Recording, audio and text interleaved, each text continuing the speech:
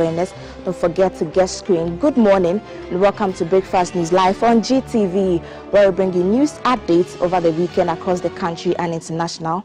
We stream live on Facebook at GTV Ghana and across all our social media platforms at GTV Ghana. I am Valencia Tete, and let's get the detail of the stories.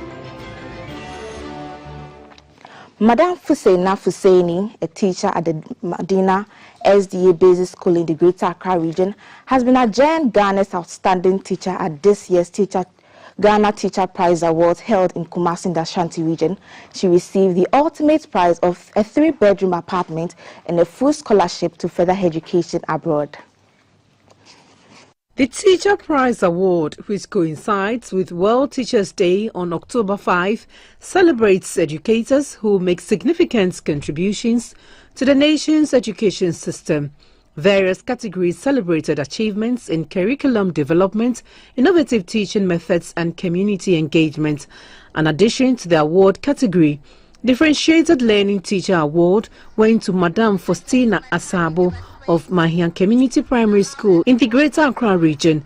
She received a laptop and a check for 40,000 cedis. The second runner-up for the Outstanding Teacher Award went to Madam Diana Rose Elom of Ebri Girls Senior High School. She received a brand new saloon car, while the first runner-up in the same category, Mr. Richard Kojo Adumakon of Wadara Basic School in the Ashanti region, received a 4x4 Nissan pickup. Madam Fuseina Fuseini of Madina SDA Basic School in the Greater Accra region was adjudged the 2024 House Teacher. She was presented with the ultimate prize of a 3-bedroom apartment in addition to a full scholarship to further her studies abroad, among other prizes. The Director General of the Ghana Education Service, Dr. Eric Nkansa, assured of the commitment of the service in prioritizing teachers' welfare to make the profession more attractive. The President of the Ghana National Association of Teachers, Reverend Isaac Owusu, highlighted crucial challenges affecting teachers, which needs urgent attention by the government. The Minister for Education, Dr. Yaosei Duchum, described teachers as a bridge upon which people used to get to their destination. He said there was the need to make provision for them not only through finances, but ensure that they teach in a good environment. The poor child from Zabzugu, from Bonkoko in the Bosomtwe district, who is super bright but cannot go to high school, losing out on his talent is a loss for our nation. The best and the brightest are found throughout the length and breadth of our nation. If we don't educate them, our nation loses. What about those who can afford to pay? Allow them to pay. If your child is posted to Jache Pramso Senior High School, would you pay? The very people who say they will pay will tell you, no, I want Achimota to pay. So what it means is that the rich will take over Achimota, the rich will take over Edisadel, the poor need not go there. That kind of country is not what we want to see. We want a more equitable Ghana, a place where the rich and the poor will have opportunity to develop their talent. The 2024 Ghana's Most Outstanding Teacher, Madam Fuseina Fuseini, described the award as a motivation for her to do more. The award you have honored me with today is not mine, but the generations yet unborn. This is an opportunity to reach out more to teachers in the rural areas, to push them to make a change through intentional innovation, teaching, and collaboration. The theme for this year's event, Valuing Teacher Voices Towards a New Social Contract for Education, underscores the importance of teacher input in shaping educational policies and practices.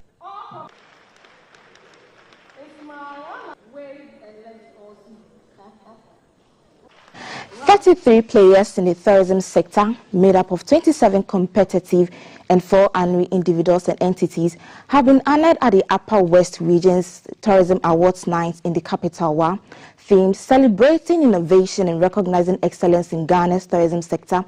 The events emphasize that Ghana's tourism industry's growth and success depend on the ability to innovate, adapt, and strive for excellence. The Upper West Regional Director of Ghana Tourism Authority (GTA), Mr. Moses Ndewin Ndebugiri, indicated that the awards committee made use of a rigorous criterion and a checklist in the assessment and selection of award recipients. To him, it is the desire of GTA to use the initiative to promote excellence, innovation and quality among players to be able to compete on the international market. Mr. Ndibugri said award winners in Upper West will further be assessed against regional winners across the country for the best in all categories for the national awards in Accra come November 2024, and therefore encouraged all industry players to continue to improve on their facilities and services. The Director of Finance at the Ghana Tourism Authority, Mr. Lawrence Agbo, who represented the Chief Executive Officer of GTA, Akwesi Agyeman, said the awards remind all that tourism is a multi-stakeholder enterprise requiring the full commitment of all interested bodies to ensure a truly vibrant tourism destination. He acknowledged the unwavering dedication and the tireless efforts that have made the industry thrive. The Upper West Regional Minister, Mr. Stephen Yakubu, underscored innovation in the tourism sector to measure up to global trends while preserving Ghana's unique identity. As the tourism industry continues to evolve, it is imperative that we embrace new ideas, cutting-edge technologies, and sustainable practices to maintain our competitive edge and ensure the long-term viability of this critical sector.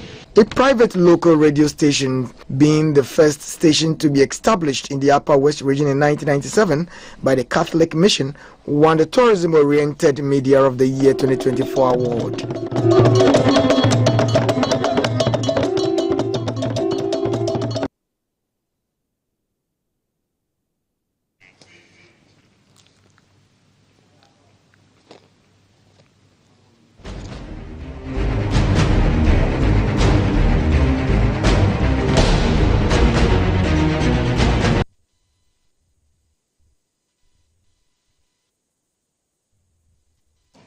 The NDC's presidential candidate, Mr. John Mahama, is on a two-day tour of the Savannah region.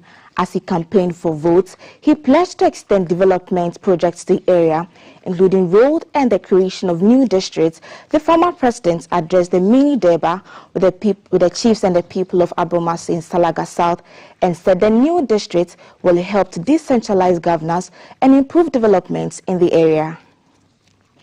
NDC's candidate, Mr. John Mahama's Resetting Ghana campaign tour is now in his home region, the Savannah region, after spending 2 days on the stump in the Northeast region. Throughout his campaign, he encourages the electorate to remain hopeful for a better Ghana in 2025, especially with his flagship 24-hour economy plan, which aims to create job opportunities for the teeming unemployed youth. The near 9-hour journey across the Volta Lake by pontoon finally docked, where residents, including party faithful, gave Mr. Mahama a rousing welcome amid singing and dancing. They were optimistic that his government will ease their economic burdens.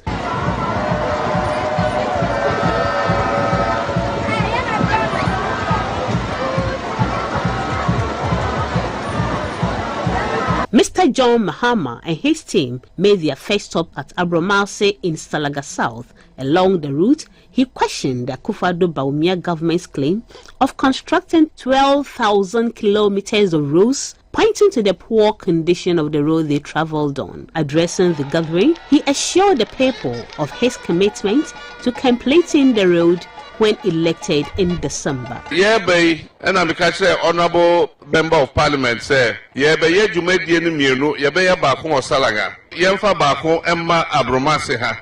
If you say me ba ha che, me pese mi hu senya, enyo city e wa ha.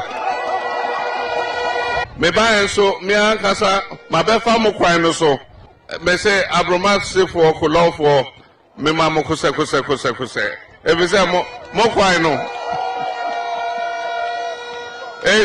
Udru baby obeka se enye Ghana na wo mi ankasa me di mani abehu nyame adom ne eba ekwan no ye besiesie ni yi amamo Mr. John Mahama further stated that following the recent population census conducted by the Ghana Statistical Service, his next administration will create new districts from existing constituencies. He believes this will bring development and governance closer to the people, ensuring better local representation. Districts ne constituencies no mo ya kan nipa na wie population census enti say ba na ya hwɛ saa population census na ye be pai mu a maka check lora say ontro ne kratambra say na be ya ye betimi ache mo ha na mo ankasa mo so mo etimi ahwɛ mo ho a che say mo ankasa mo gina mo abo constituency. Mr. Mahama reassured the people that under his next administration, protecting lives and property will be a top priority, which he believes the current administration has failed to address. On the other side, the NPP on Saturday morning enchanted the Ashanti region and gave it a charge with another walk with members and sympathizers as the campaign. Part of the campaign, Bantama, the focal point of the big walk, amassed thousands led by the 2024 running mate of the NPP, Dr. Matthew Opoku Prempeh, and other party members were in the electorate to give Dr. Bawumia a chance to be at the helm of affairs. Dubbed the Bantama Big Walk, they came in their thousands from the elephant family from all over the map, as well as residents on a campaign walk in Greater Ashanti.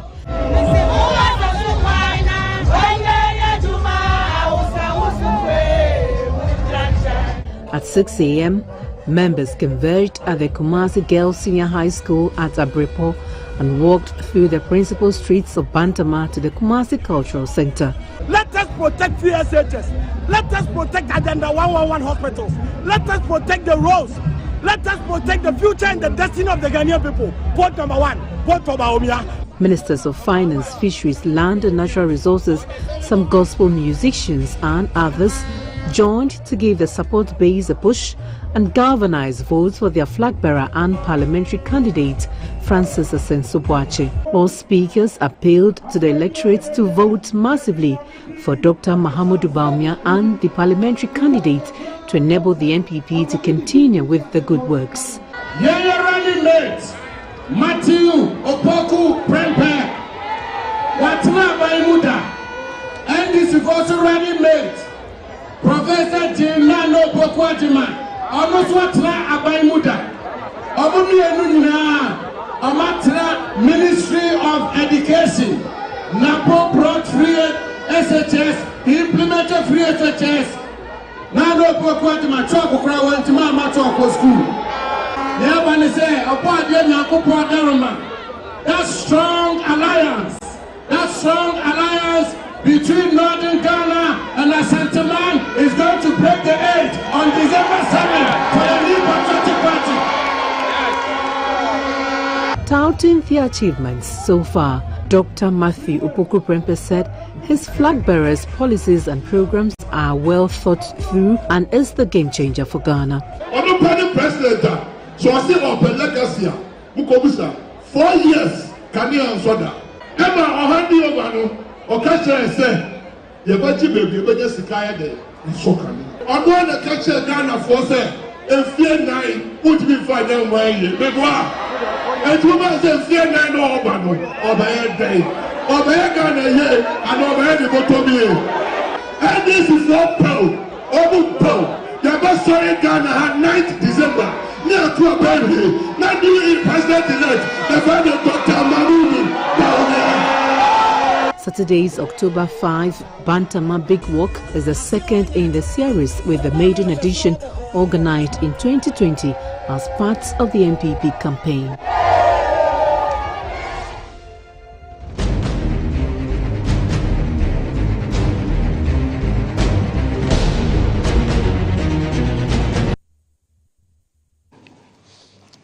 On the foreign front, Zimbabwe's government is to start distributing $20 million as initial compensation to local black and foreign white farmers whose land was taken from them during land invasion more than 2 decades ago.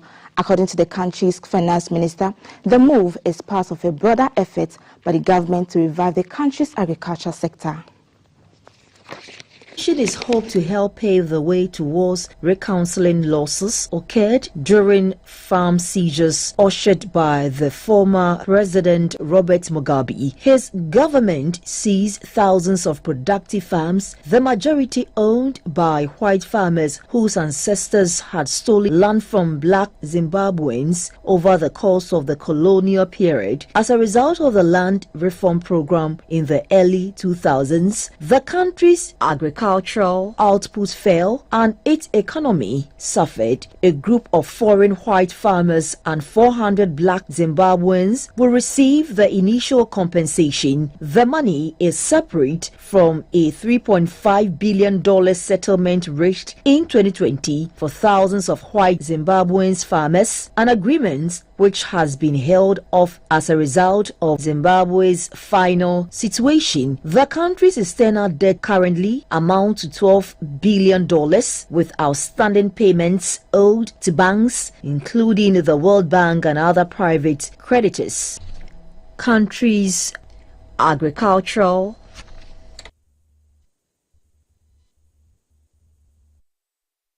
Let's have the weather report for today.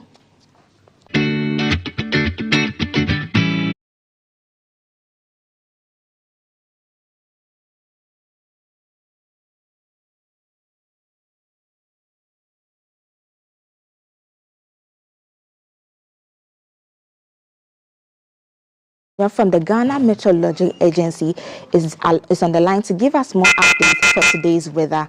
Good morning, Felicity.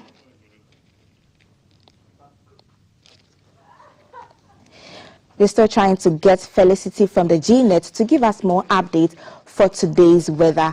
Good morning, Felicity, if you can hear me.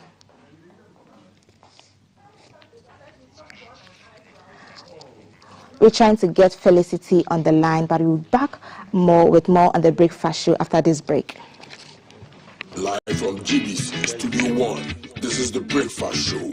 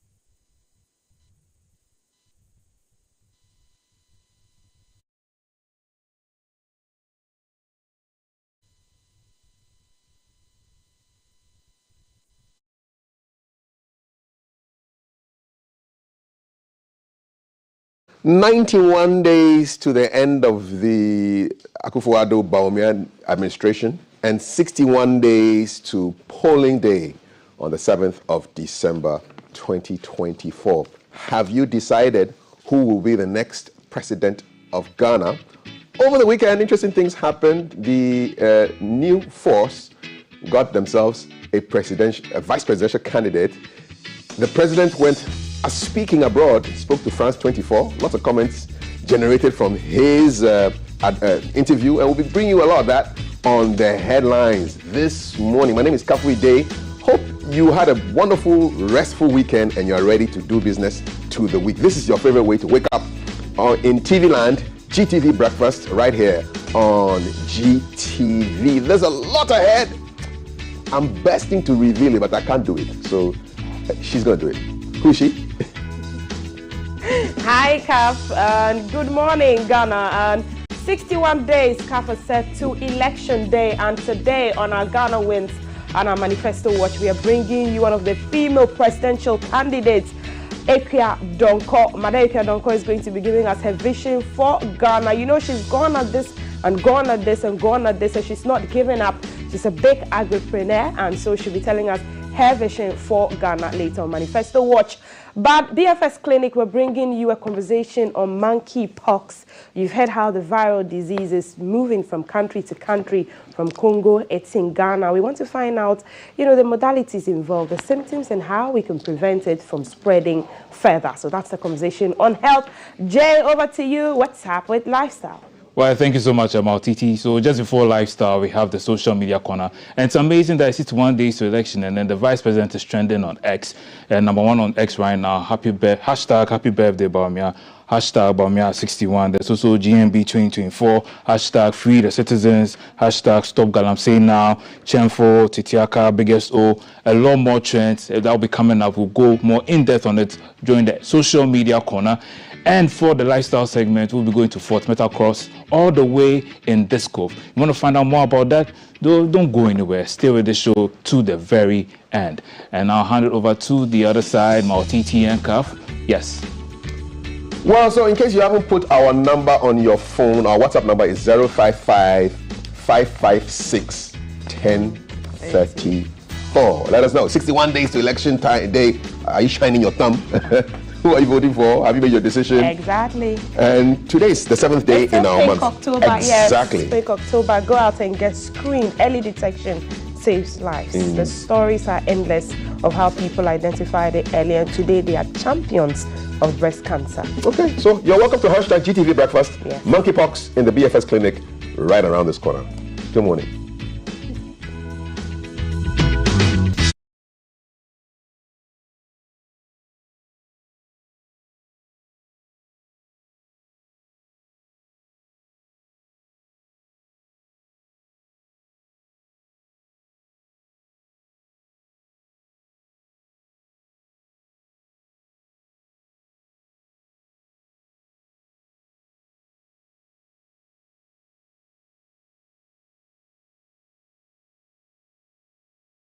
Today's quote reminds me of one of my ancestors, in the sense that many years ago, way before I was born, he planted this tree in the family house. And at the time he was planting it, I remember one of my grandfathers telling me that he was on retirement, and yet he was asking, why is he now planting this tree? And the response he got was the fact that he's not planting it for himself, he's planting it for generations to come. And if I think about it, I realize that he was right, in the sense that anytime we go for family meetings, perhaps, or we're having funerals at home, parties, whatever it is, that tree is right in the center of the compound. It provides shade, you can put canopies there and everything. And it's like the amount of foresight in it.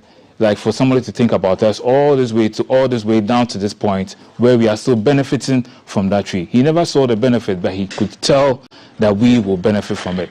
And that's what this quote this morning says, to remind us that we shouldn't be thinking of the present, but we should forge ahead and think about the future generations. Because it says, we do not inherit the earth from our ancestors. We borrow it from our children. This quote basically emphasizes the importance of stewardship and responsibility for the environment and resources. So at this point, we just have to ask ourselves, if Galamsey continues to ravage our environment, what environment are we leaving for the generations to come? Because you're supposed to leave them a legacy, and is that what we want to do for them?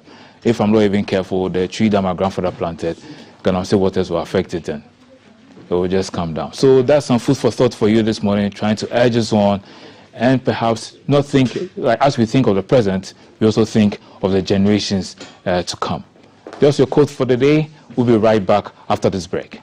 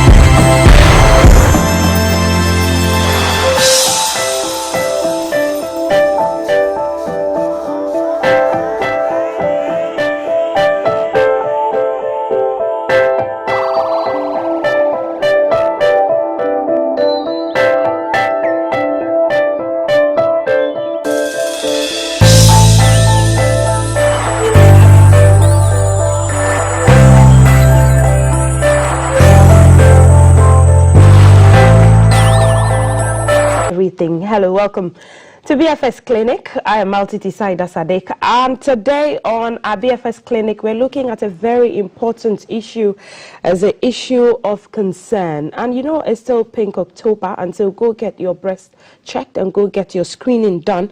But monkeypox has been traveling from country to country in Africa, and is a viral disease, and is growing concern about the numbers that are rising. We're looking at its long-term effects, as it appears to be alarming and a matter of serious concern. We'll delve into the factors, the risks, the precautions surrounding it, and to get us to understand that, we'll speak to an expert. And before I introduce the expert, let me just give you the data so far. And for 2024, Congo recorded 184 suspected cases and 21 have been confirmed. Now, Cote d'Ivoire had 275 cases suspected and 52 confirmed. Democratic Republic of Congo, which seems to have the highest number, at 23,319 and 5,467 have been confirmed, with Ghana confirming one and saying they've done contact tracing for 230 people. Samples have been taken to the lab and they've all been negative. Just one has turned out positive, but we're asking, is there a scare? And we're speaking to Dr. Grace Adjoa-Okansey, clinical epidemiologist and president, Field Epidemiology and Laboratory Alumni Network of Ghana. Good morning, Dr. Okansey. I hope you're well. And good morning to your listeners as well. Good to have you. Should we be scared with just the one case that's been confirmed to be positive, and how monkeypox seems to be traveling around countries? Visually, when you look at the disease, it looks scary. Thank you very much. Yes, as you rightly said, the disease looks scary, but as people in the country, we should not be scared. And this is because our service, that's the Ghana Health Service, is up to task concerning this outbreak. A lot have been done since the surge in the number of cases in neighboring countries as well. So since there was an increase in cases in the neighboring countries, what government or the Ghana Health Service has done is that they've activated the emergency response system on Mpox, and as well we've been able to sensitize clinicians on what to see to be able to identify a case as monkeypox or other differentials. And we have our public health laboratory, public health reference lab, and also the Noguchi Memorial Institute of Medical Research that's up to task in being able to diagnose cases when the samples are sent to them. Clinicians are also able to manage the cases. And easily, we have a great force, a great workforce that's able to investigate the cases on the field. And as well, the clade, the subtype which is ongoing now, or which is common now, doesn't have that much serious side effects as the ones in Congo that we know about. Okay. Doc, let's just take it back a few steps. Tell us what monkeypox is and how its origin even, began. Okay. So monkeypox that we now call Mpox, it's a zoonotic disease. If we say a zoonotic disease, it means that you can get it from animals as a source. So from animals to human transmission. That's what the concept is, a zoonotic disease. And we're also saying that it's caused by a virus. So just as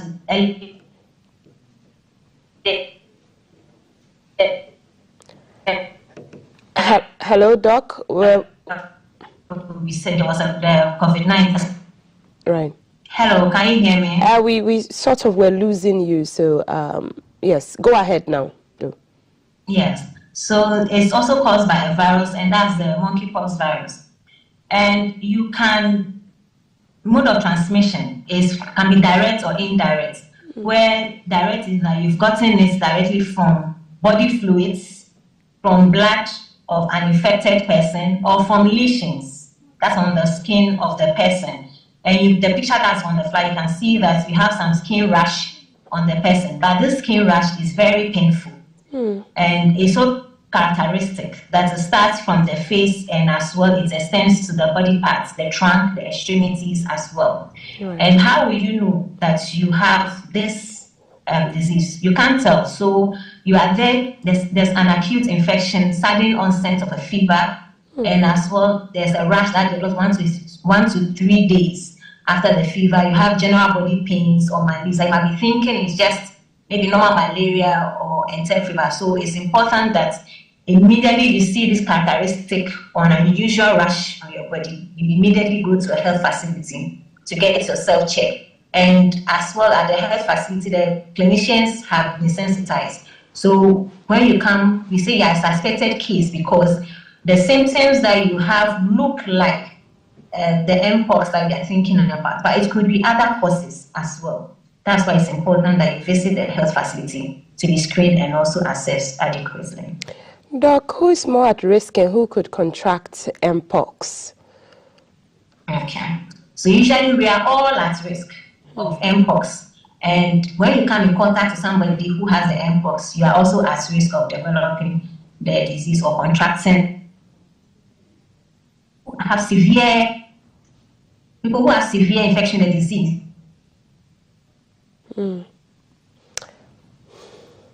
Hello, Doc. Yes. The one that have severe form. Yes, the one that have severe form of the disease. Okay. What could the complications, become? There's a fever, there's a rash, there's itchiness of the body. What's the extreme thing that could happen in this case? Yes. So since there's a fever, you know that immediately you will start with taking medications that can reduce it. But we are saying in the extreme case, it's going into the body. So in the extreme case, this fever can develop into where fever is so high, you can start having convulsions, as we all know about. And as well, when you get the pain, you can have meningitis. You can severe form is when you go into a shock and then coma and possibly death. What can be done to, prevent the stages from going that far to coma and death once there is identified and diagnosed that it is mpox? Okay. So the first thing is that you don't even want to get there. So you don't even want to get the exposure, but you can't tell. So we would advise that if somebody has a rash, immediately seek help. And that is going to the health facility. And when the patient comes to the health facility, health workers as well should have that high index of suspicion to be able to suspect the person of having this disease and get the disease control officers at the health facilities immediately informed so that samples can be taken for investigation. But when you have the rash, it's also important that you cover yourself with wear long sleeves, because when people come in contact with the lesions that you have on your skin, they are also at risk of contracting the disease. And any fever that you to reduce the fever that you have, and also general body pains as well, you reduce the risk of doing that. At the health facility, the important thing is that the clade type that we have does not have that severe complications. But when it gets to that stage, at the health facility, you are being isolated from the other people and then managed adequately. Okay. Are there the other treatments? Is it vaccines? Is there going to be a rollout? Everybody is going to get vaccinated? Is it only children? Okay, thank you very much. The mpox is not endemic in country, meaning that it's not here throughout hospitals. It's just a case that we have seen. And currently there is vaccine available, but it's not in country. And over the weekend, it has been rolled out in DRC. And as you know, the case is endemic there. Right. There. So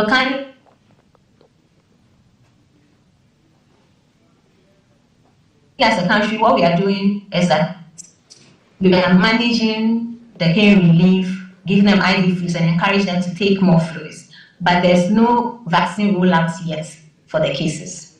How do you presume DRC got the numbers that they are seeing today?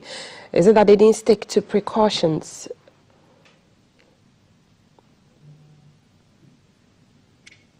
That's a tricky question. All right, so the virus started from there, and it's been there since 1970s. So it's part of them, they know about it, and their public health response system has been up to task investigating immediately there is a case that they see, and also managing them. So since it's there, it's kind of like malaria is here.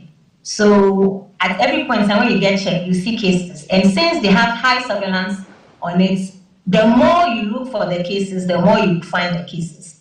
So there's active, so just as now, in country, we are also having active surveillance. We are looking out for the cases. We are doing contact tracing. So more will be able to suspect more cases, and our numbers will be increasing. But that doesn't mean that our health system can add to that, but it will rather show the effectiveness of the system to be able to pick out those cases. Last year, Ghana recorded some suspected cases. Other African countries, Nigeria, also recorded some suspected cases. Rwanda as well. Is this something that is a growing, global concern that we will be seeing from now onwards? Yes, okay. Yes, so it's increasing, and all countries will be getting it, and this is because of international trade and travel. Now it takes short distance to get to places. So the disease here is a disease everywhere. And that's why the WHO has come out to declare it as a public health emergency of international concern. And this helps all countries to be on alert and be able to put in measures to curtail the problem. And as well, all points of entries would also be on alert. So we have airports, we have our seaports, our land ports, everyone being alert, and in country as well. So since it has gone out there, it's everywhere. So what we'll do is that to be able to mount some good surveillance, to be able to mount some good case management in order to reduce the cases as well. And an increase in the cases bring out the threats on global health security.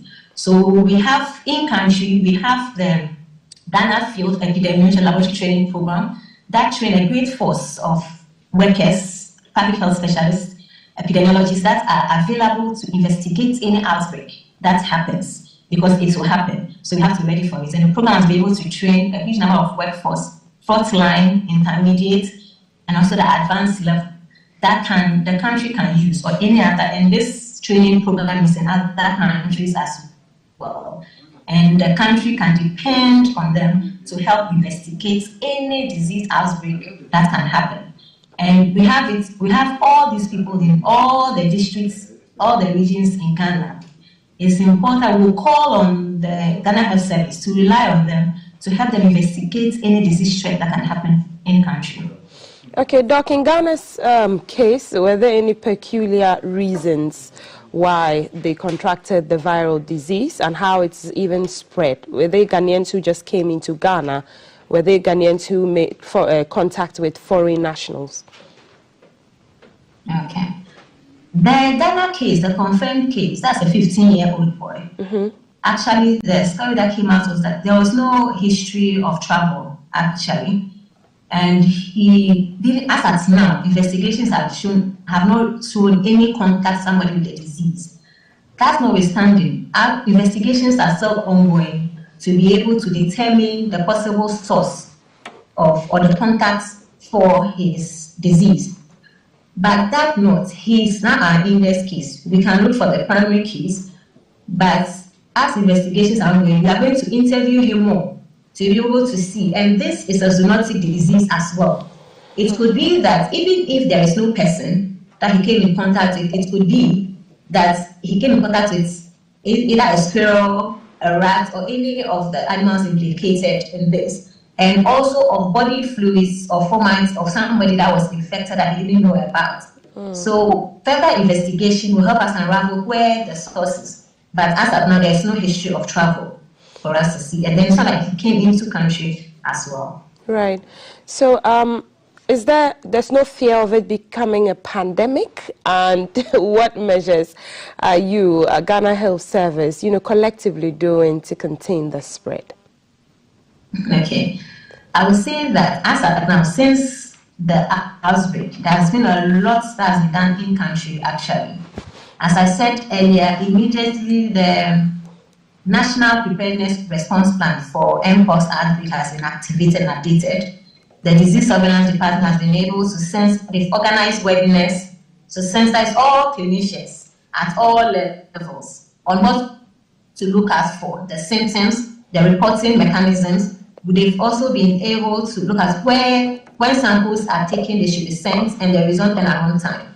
And as well, the investigative team is up to task, that the national team is up to task in investigating any outbreak that happens, and also can tell it as well.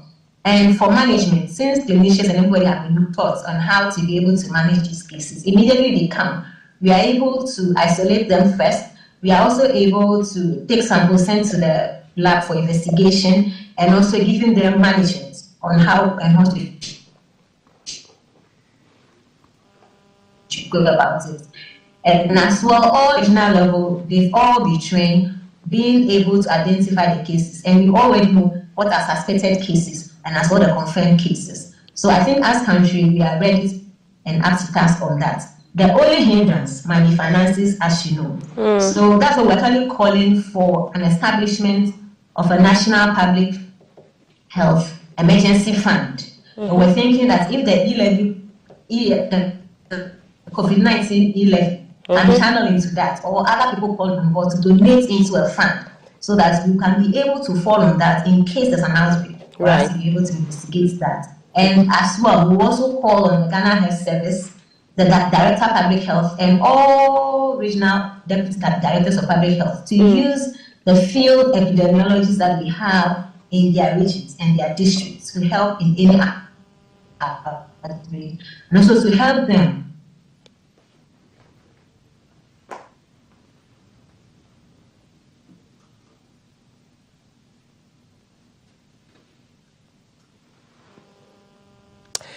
Right, Doc. to be able to. Great.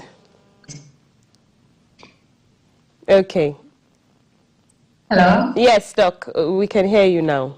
We had a bit of some line break there, but we can hear you now. Go ahead. You were landing on a point. Yes. Yes, I spoke about the COVID-19, the e-levy being the public health fund. Yes. Emergency fund. Yes, I'm also talking about the fact that the Director of Public Health and all regional deputy directors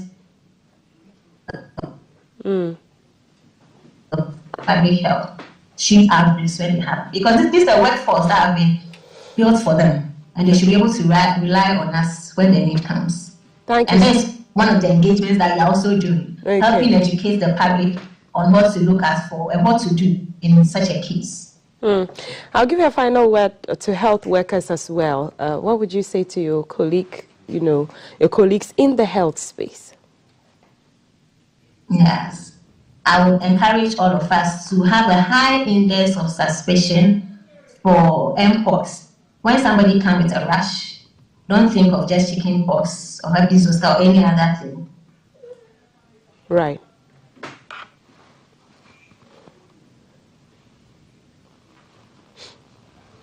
Have in the mind that don't eat the kids, and as well, let's protect ourselves. As health workers, you are the front man, you are there. Let's wear our personal protective equipment so that we can protect ourselves from and our families from contracting the disease. Thank you so much. Thank you so much for speaking to us. Dr. Grace Adjoa Okansey, she's clinical epidemiologist and president, Field Epidemiology and Laboratory Alumni Network of Ghana. Thank you for your time and the education, Doc.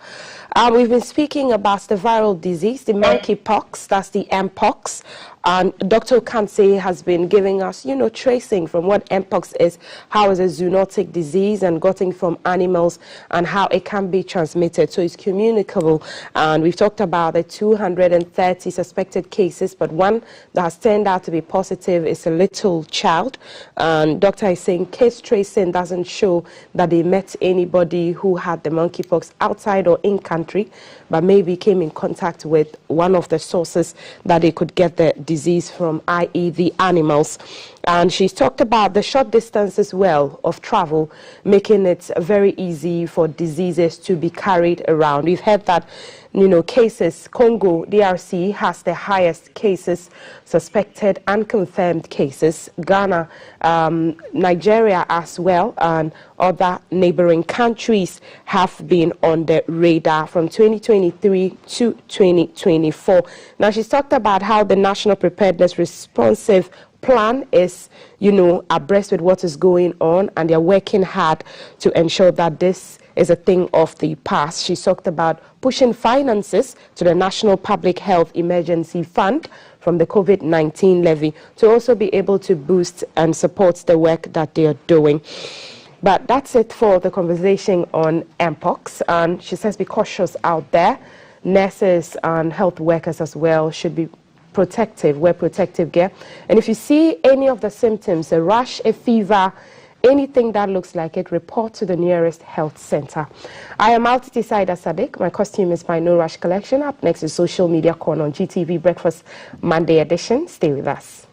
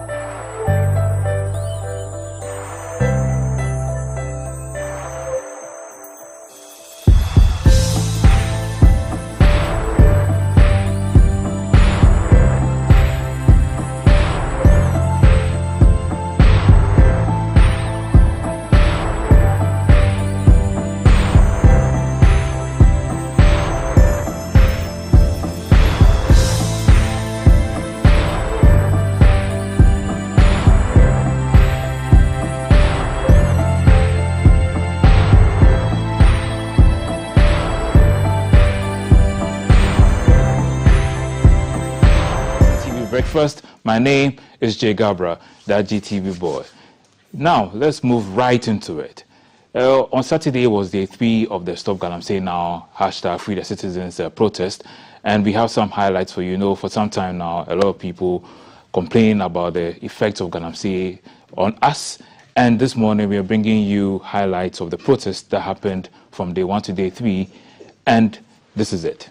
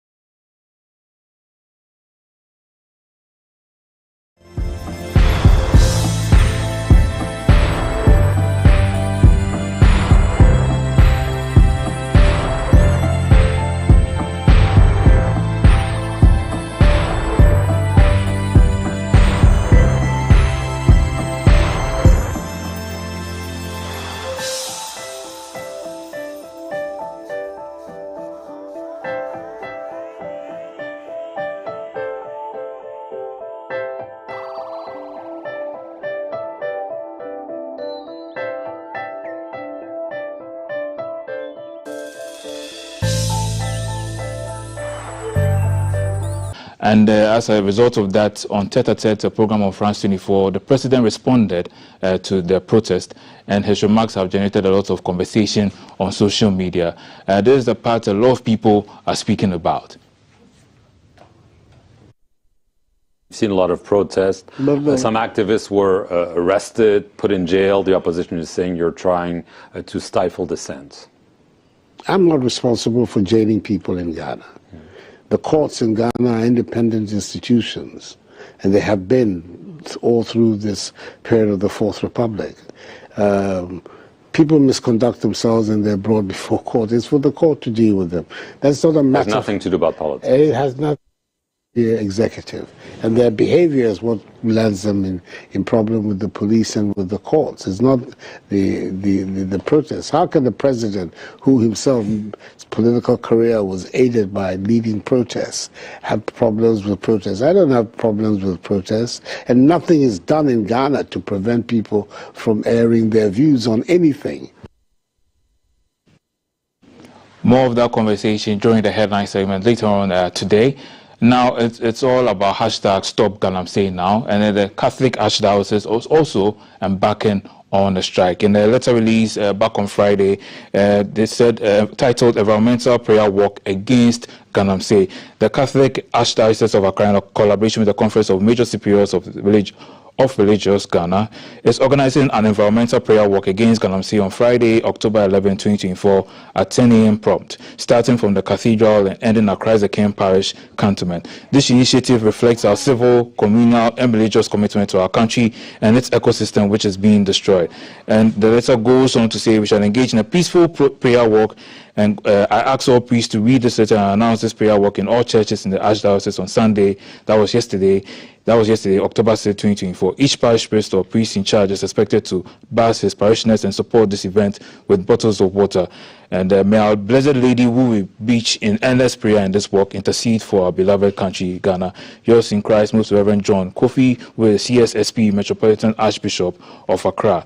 So the Catholic Archdiocese also embarking on a peaceful prayer walk, all in order to stop Galamsey. Now that the Catholic Archdiocese has also released their plans, there over 2,000 fetish priests are also going to embark on a demonstration. Yes, we don't have the date yet, but basically they're saying over 2,000 fetish priests to demonstrate over Galamsey menace. This is coming from their president, Nana Kweku Bonsan, who is of the Fetish Priest Association. Yes, so, and then during the hashtag Stop Galamsey Now and hashtag Free the Citizens, Kali J announced something on his X, and he says whoever is in charge of the traffic lights and street lights in Accra should start working before we finish with this hashtag Stop Galamsey Now and hashtag Free the Citizens campaign, because you are most likely to be next. If you don't want to give us peace, we won't give you guys peace too. And you know, back for some time now, the hashtag GTV Breakfast has also done hashtag Fix the Traffic Lights. So Galicia would like to partner you with this. So to the body in charge of the traffic lights, after this one, if the traffic lights are not fixed, yeah, they may come for you. It looks like it's one of the favorite pastimes of Ghanaians nowadays to protest against injustice. Now, still on the Galamsey menace, Edem has released Motherland, and he shared it on his socials. With a Galamsey video attached. There's this haunting image for the album cover, so to speak, and it just brings to bear the kind of destruction that is going on when it comes to our water bodies and the forest. A lot of people remarking on social media that nowadays the Ghana flag, when you look at it, the red, gold, green, the gold and the green are gone, and it's just there with the blood. So enjoy snippets of this new one. The river flow clean, the pull up is fit and the dig up of the earth, leave the water in a world.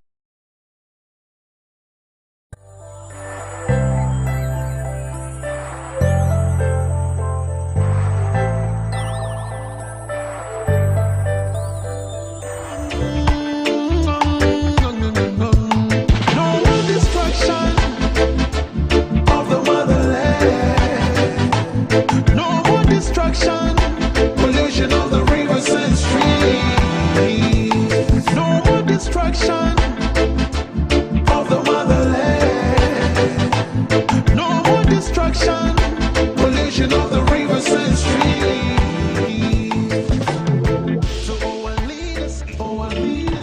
Yes, so that was Motherland. We just listened to. Go check out the full thing on his social media.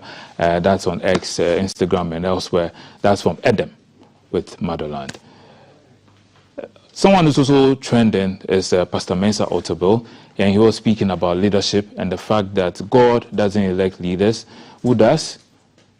This is what he has to say. Many times people are wondering when we're praying for Ghana, all we are praying is, Lord, give us good leaders, or praying for election. We're not going to pray for that. Election is election. You go and elect. And for your information, I don't believe God chooses leaders for countries. If God is the one who chooses leaders, he's been making a lot of mistakes. He's been making a lot, especially on our continent. We say, God, what kind of choices have you been making? God does not choose leaders for countries. He's not involved in the business. That's true.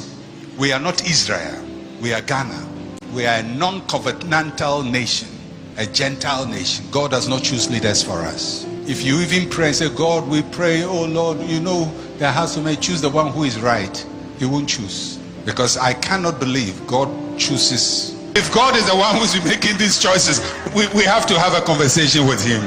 He's not in the leadership choosing process. It's a lazy way of thinking.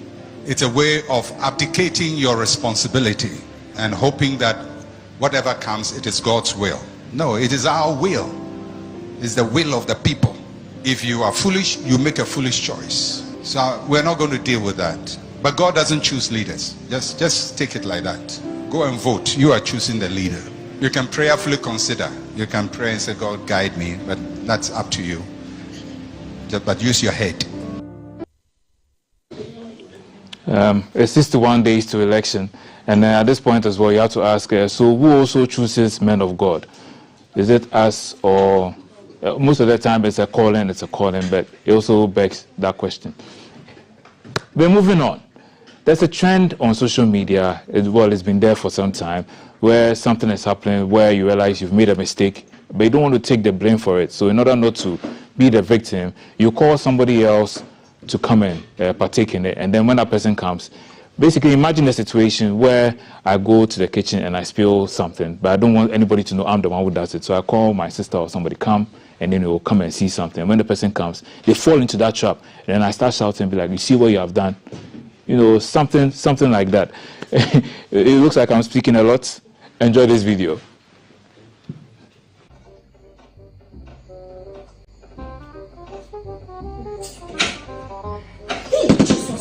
Jesus. Oh God. Which kind of mistake is this? How will I forget that this thing is not good again? God. What should I do? Babe! Listen! I want to quickly check something, eh? Please, let me put small salt, yeah? Please. You'll be mumu. Jesus! Hey! What is it? Please come. What is it now? You'll be mumu. What happened? I want to turn the... Oh, just put this in now. Oh, now you have to this with salt now. That is why I like that. I like telling you to be careful. Be careful. Good. At least you will check. At least you will check. Be careful now. Don't be angry now. What am I supposed to eat now?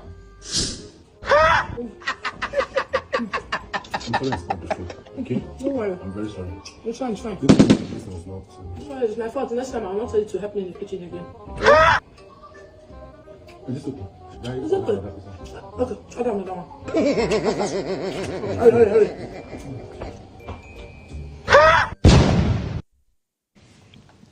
So that happened. Now, at the 2024 African Legends Night, Yvonne Chaka Chaka was in town, performing and everything. You remember during the Olympics or the 13th African Games, where we showed you how Ghanaians sing the South African national anthem, Yo Mishikele Africa. So for Yvonne Chaka Chaka, she has this most famous song, the beer song. Something like that. You know what? I'm not even going to try. So she was pleasantly surprised how Ghanaians sing their version of her song. And this is it. Please, let me put small salt, yeah? Please. You'll be mumu. Jesus! Hey! What is it? Please come. What is it now? You'll be mumu. What happened? Take him out. When Max and Mary. What does that mean? When my father is dead, take him to the mortuary. Really? Okay, me, I'm going to say, when Max and Mary, take him out. When Max and Mary, take the Gamsi out. When Max and Mary, take the Gamsi out. When Max and Mary, take it out. No, you come back.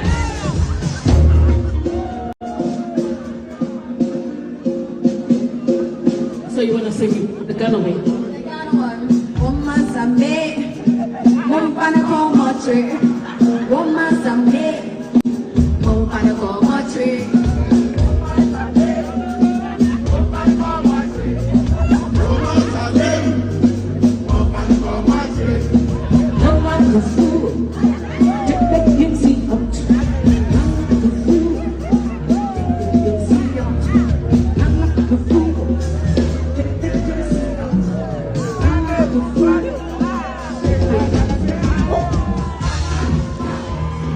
You ought to love Ghanaians. You want Chaka Chaka helping us to fight Galamsey, saying we should kick Galamsey out, and yet listen to her version, or rather our version of her song.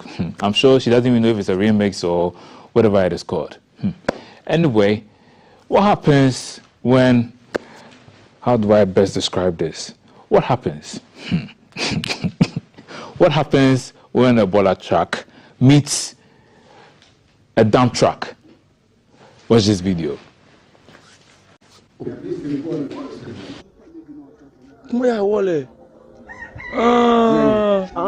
Oya si wole na ni bagbe si.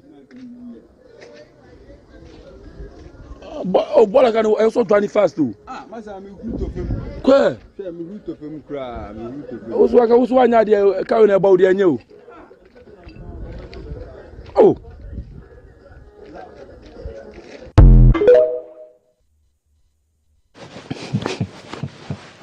Oh, so when the two of them meet, you can imagine the lovely scent that will permeate the neighborhood. It's going to be amazing.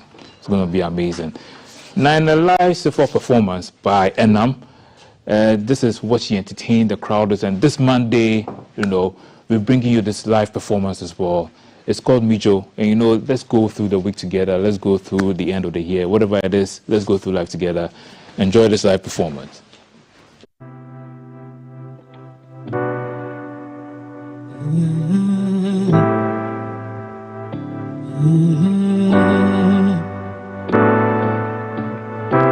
Mira blana mia jo ya fama afisito mafafala na jogba nyedo jogba vuena von Mira blana mia yi Kokusi dogba mi jo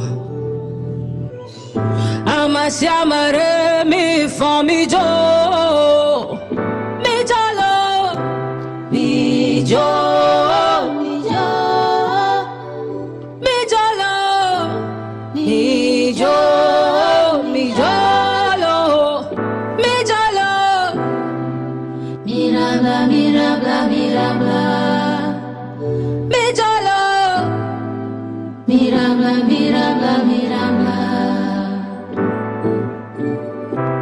Mijo, mijo, mijo, mijolo, mijolo, mijolo, mijolo.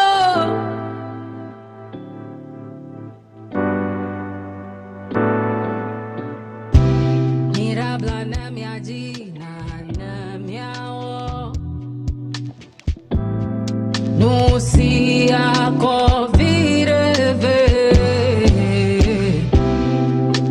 Mia comia luci, mia comia famia codo All right, so come on, everybody, let's go. So before I go, I want to leave you with the Nothing Lasts Forever remix. That's from Camido with Kelvin Boy, King Paluta, Medical. It's been that kind of, remix. So this is how I'll have to wrap up the social media corner for this morning. The show continues right after this. Enjoy this one. Speaking, I don't think that I can do this anymore. Therefore teach me before, say nothing they last forever. I was crazy before, but I'm crazy no more. Life get beginning.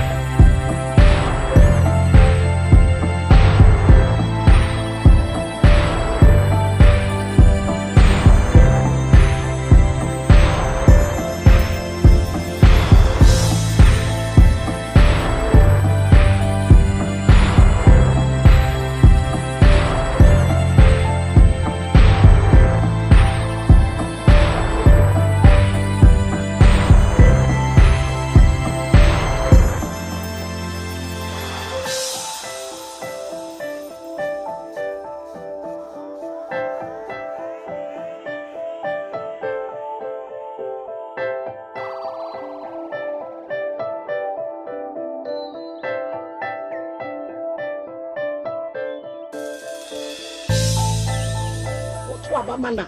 Woba, Aba University bia, Technical University, College of Education, Nursing Training, woman academic fees for first year. Hey, free, no stress. And then how did it? And then I'm at then. Auntie, hey, share a BM was say, and can able siana, not a bow or more to a school so. Sano bonne bakwa, says there was so best home. Ediama Oma, or more to a solo. And then your Mr. John Mahama, yet shamming so cran say, yet we are no ma. Omo did the master be said bread yourself. Omo go school for one. Was say woman in our bar. And you're free. And Samba, yay. And coming for Nanka Nay 7 December. Nanka Yatsua my papa Mahama. I'm an abaya president. Shall I sit no more to Abapa? A disacraya papa beba wa brabum. To Abama John Mahama ni NDC.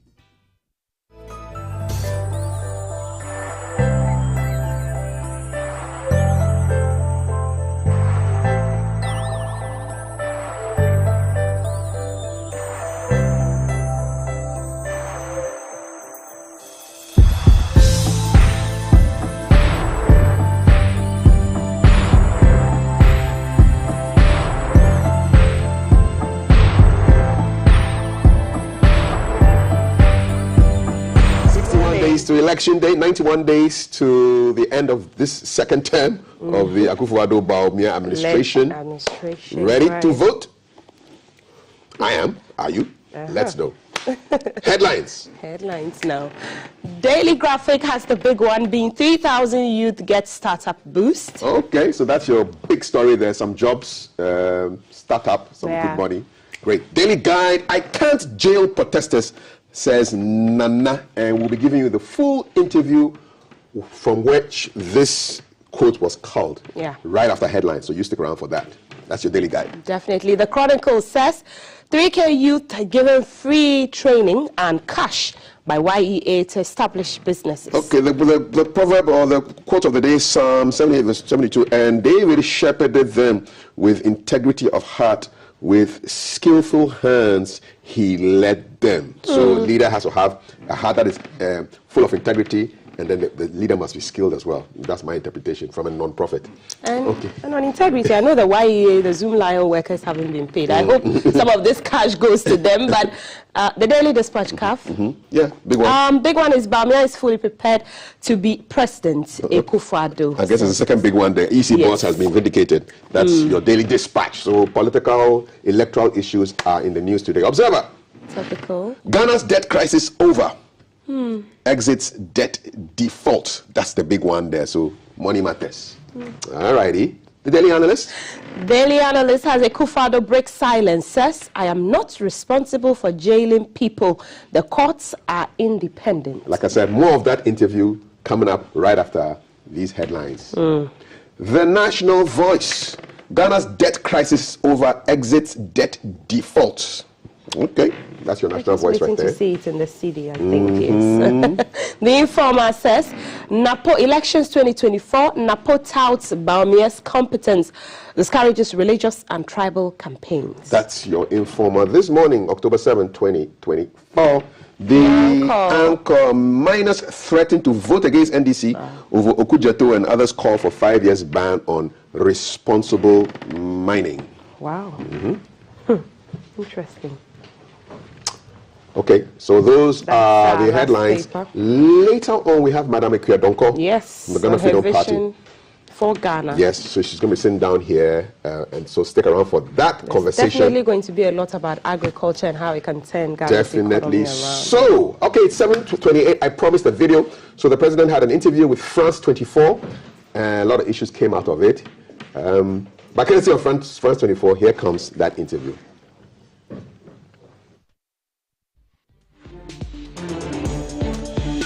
Hello and welcome to Tete a Tete, France 24's flagship interview show. Our guest today is the President of Ghana, Nana Akufo-Addo. Mr. President, thank you very much. Hello. Good to see you again. Thank you. I want to begin with the situation in the region.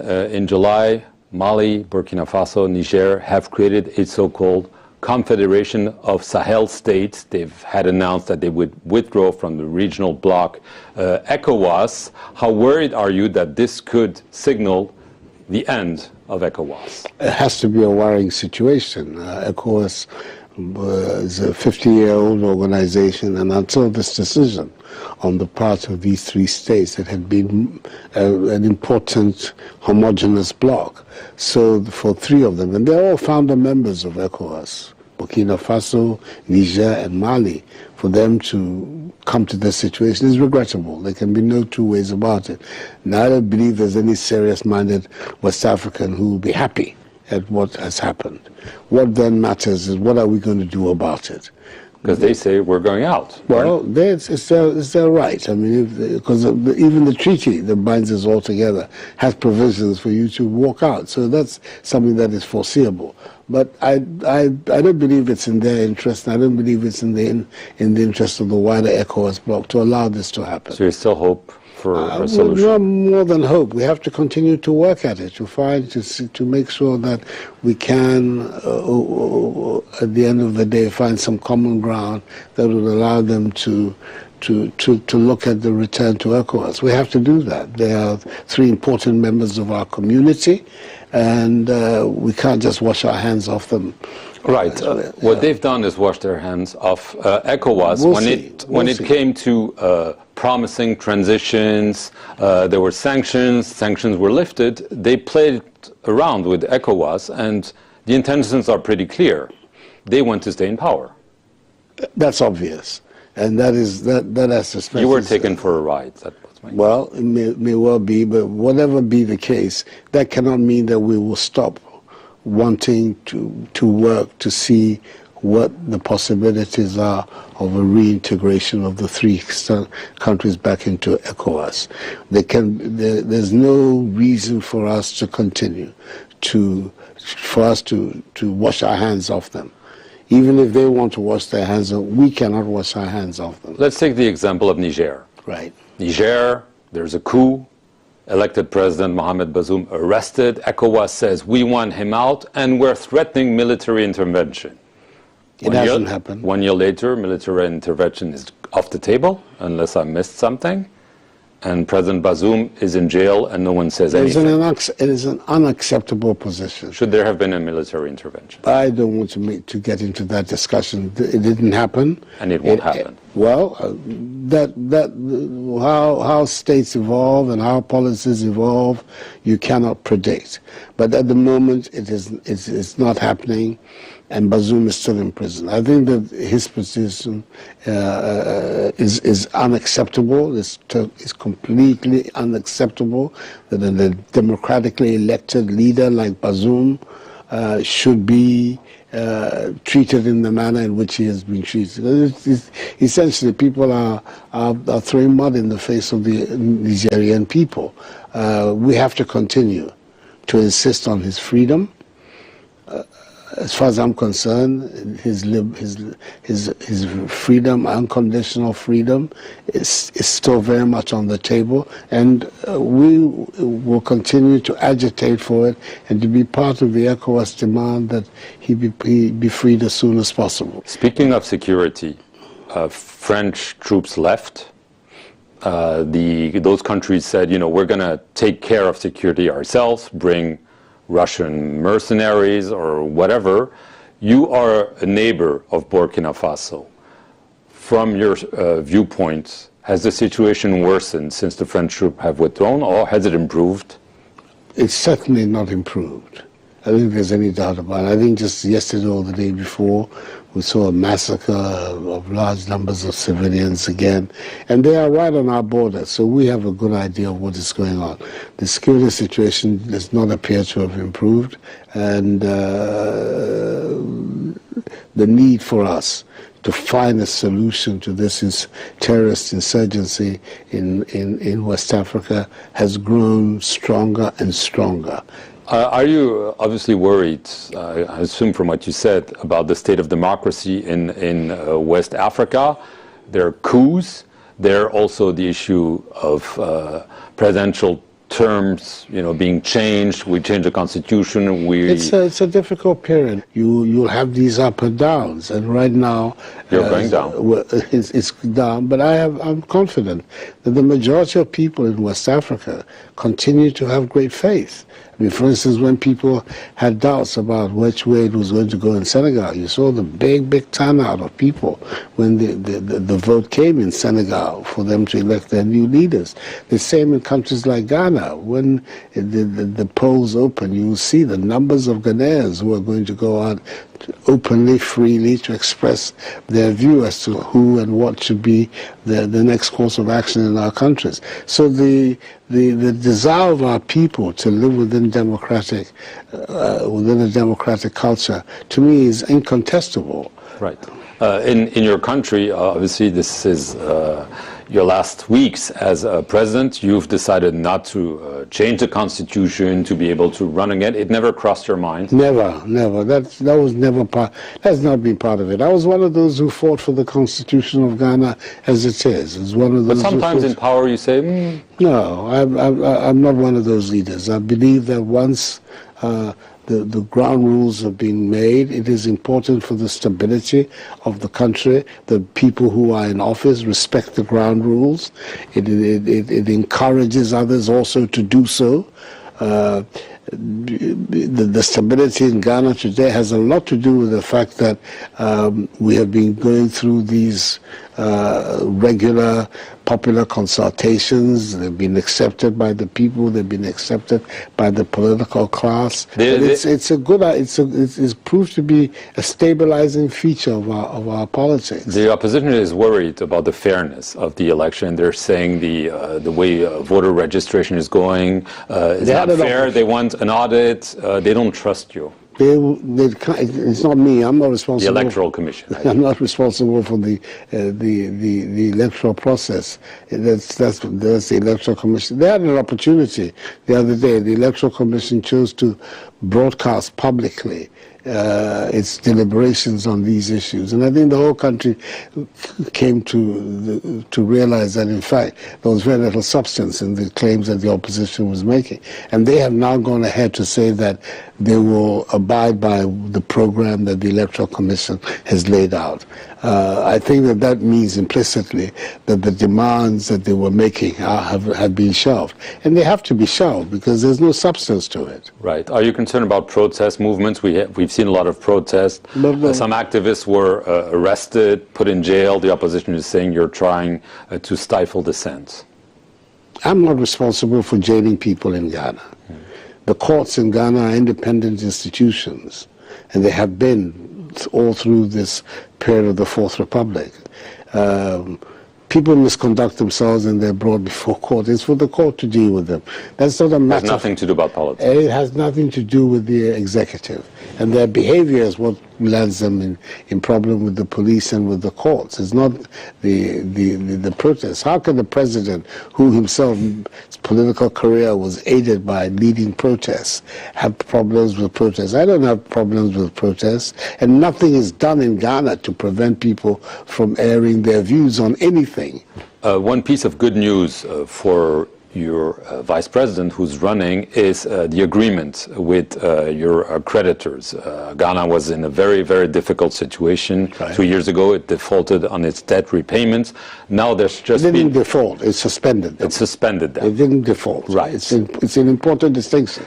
Right. But you had some good news because there's an agreement with now nearly all your creditors. Right. How much of a sign is it for Ghana? Is it just a respite, or is it really a game changer for Ghana? I think it's an important development because, first of all, it is a sign of the confidence that your creditors have in your economy.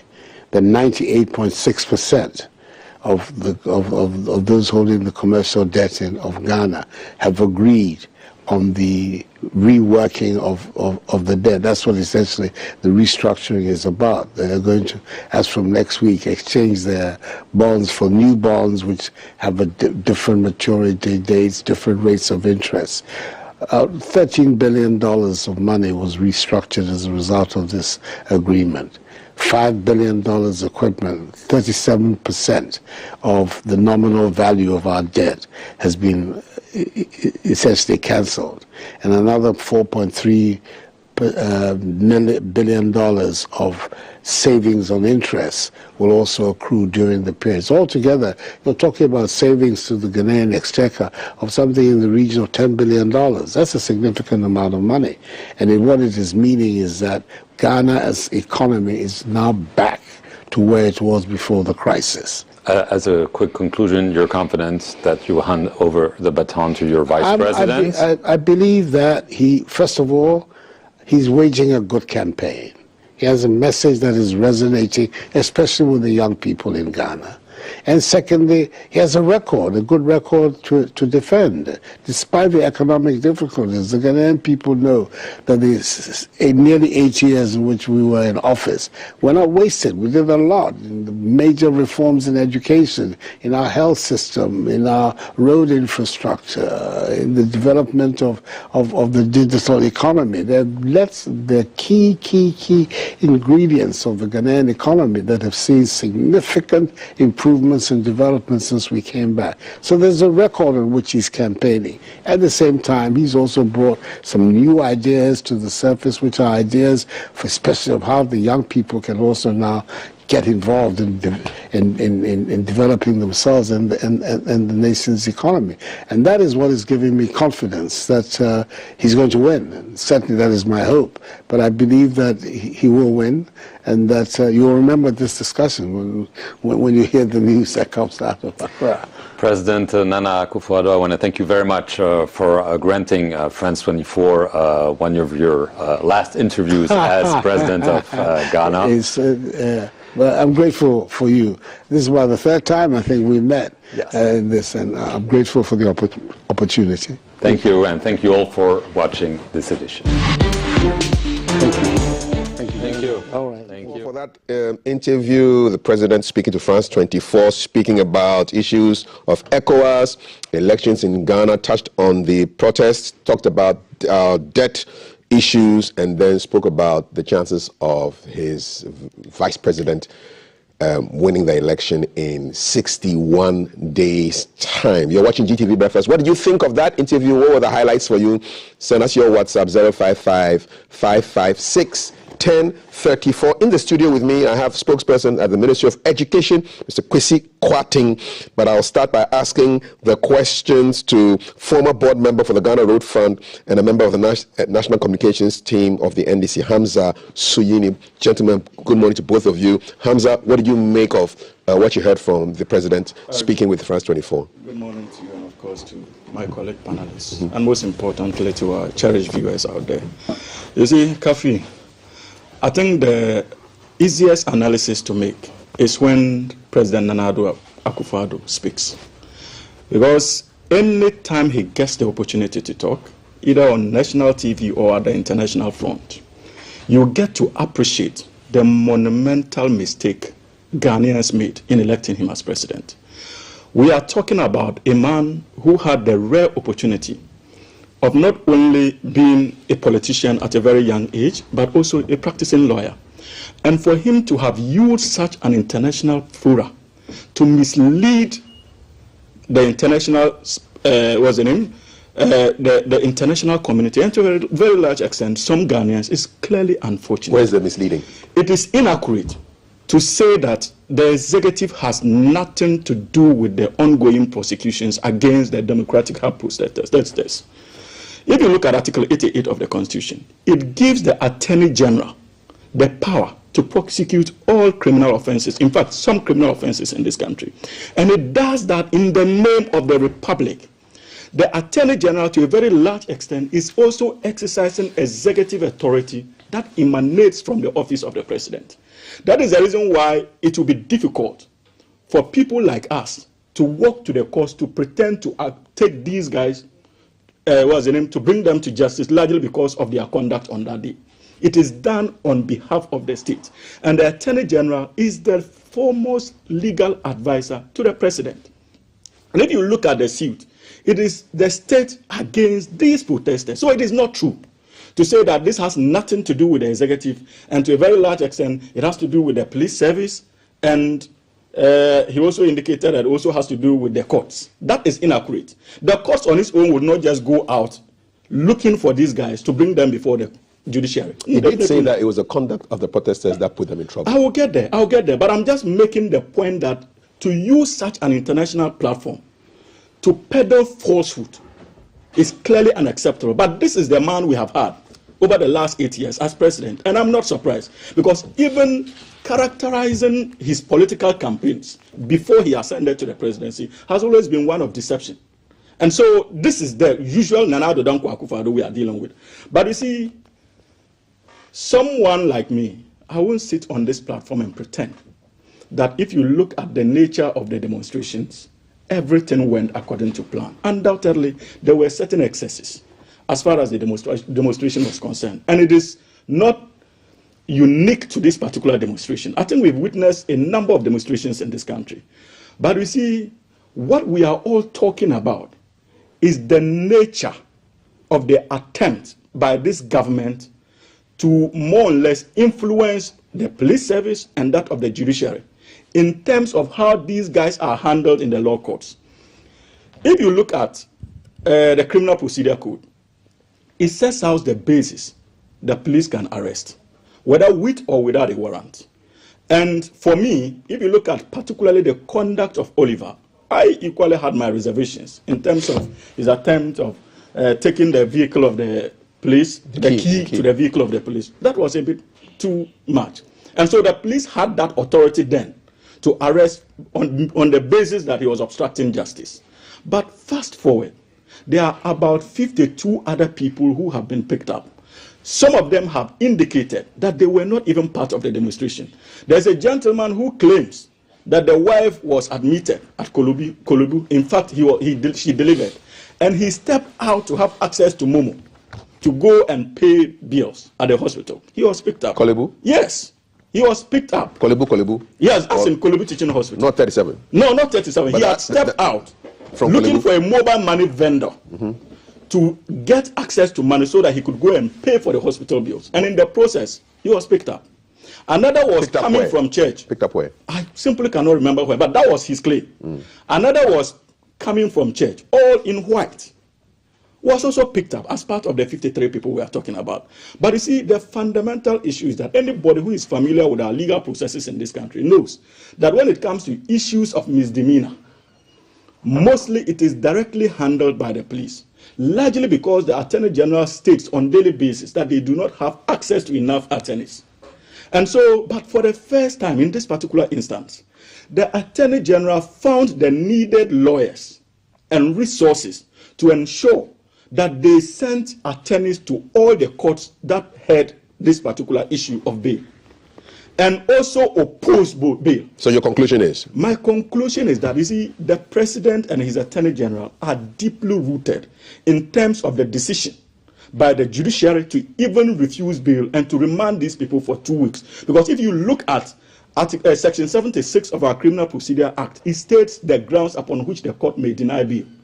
And any lawyer you engage would be blunt in telling you that these offenses do not fall under that. Also, to conclude on this, if you are familiar with the Martin Kpebu and AG decision, the Supreme Court indicated clearly that when it comes to the granting of bail, the court should be more interested in granting bail than the denial of it because of Article 19 of our Constitution, presumption of innocence.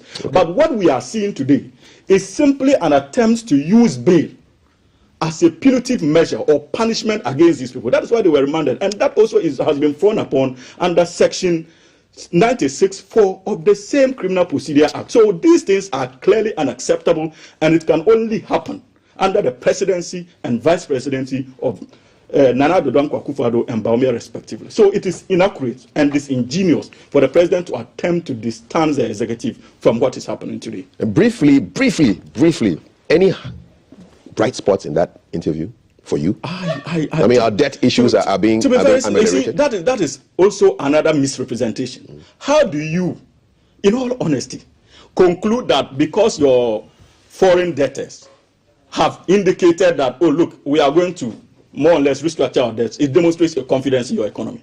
It rather demonstrates their lack of confidence in your economy. Who would be owing you? Who would be owing you? Who will you be owing? And the person knows that you have access to money. And the person will say, look, I know you have so much money, and I know your economic circumstances are good. And for that matter, I'm ready to restructure my debts to make it a bit lower. What kind of logic is that? So what happened over the last 2-3 days is rather a manifestation of the lack of confidence in the Ghanaian economy. And the president must be bold enough to accept that reality. That level of analysis was quite kind of worrying. But then again, we are dealing with Nana Addo Dankwa Akufo-Addo and Dr. Mahmoud Bawumia. Their stock in trade has always been to deceive. Hamza Suhuyini is speaking in his capacity as member of the NDC's National Communications team. Kwesi Kwarteng, spokesperson for the Ministry of Education, and happy to have you here. Kwesi, what did you make of what the president said to France 24 yesterday? Thank you very much, and good morning to you, Kafui. And good morning to my colleague too. Let me say that it is important to separate the fact that, these protesters are facing a legal tussle at the court and what they were advancing. I think we should not mix the two, because if you mix the two, there is a potential for one to be quite sentimental about everything going on. So, of course, they had legitimate concerns about demonstrating to show Ghanaians their disinterest and dislike for the Galamsey activities. That should be quite separated from the fact that they committed an offense of which they are standing trial for. It is also important to also understand that despite the fact that, based on the ruling of the Supreme Court in the Martin Pebu case, that all offenses, particularly the offenses of, for instance, murder and co, are bailable, it is also important to understand that it is not a hook, line, sinker or absolute thing. There are instances where, in the interest of public safety and national security, the court can make such a determination, and that is within the prerogative of the court system or the judiciary. And it is also important to once again highlight that when a court makes a determination on a subject matter, the parties involved, whether the accused or whoever is involved, will still have the right to or recourse to the same court process to remediate. And so, if today I am convicted wrongly or I am denied bail, I can still go through the court process and challenge the decision that was made, particularly using a higher court system. So all these remedies exist, particularly when parties are not happy in such instance. So for me, it will be wrong for anybody to conclude that maybe the executive has a hand in this. I think we all saw what was going on, the projections that were shown on TV. You saw that of Oliver attacking the police to the extent that he had the effrontery to remove the keys from a police vehicle, to the extent that we saw protesters blocking the access to hospital. And for me, even if you ask me, I can even argue that in terms of even the charges that has been leveled against some of these protesters, it's quite mild. Because if you make an attempt to deny someone the right to health, essentially, one can argue that you even want to advance a case, or an argument can be advanced against you that you want to even deny the person the right to life. Because as soon as you deny somebody the right of access to getting health, it means that that person can die ultimately. And maybe such charges should even be pressed on them going forward. But the point is that these are people who are facing charges on misdemeanor, and the court has made a determination. Our case is that if at the end of the day they are not satisfied that the court processes has been very fair, they have recourse or remedies to be able to challenge the decision of the court through the same court process. But it will be very unfortunate for us to politicize every matter.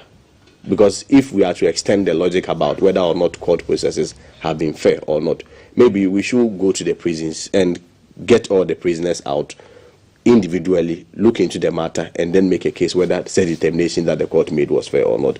I do not think, such advocacy should only be limited to these protesters, particularly because they were protesting on grounds of Galamsey. That's why the premise of my argument, I made it clear that the protests should be separated from the criminal activity that occurred there, and they are being prosecuted for the criminal activities.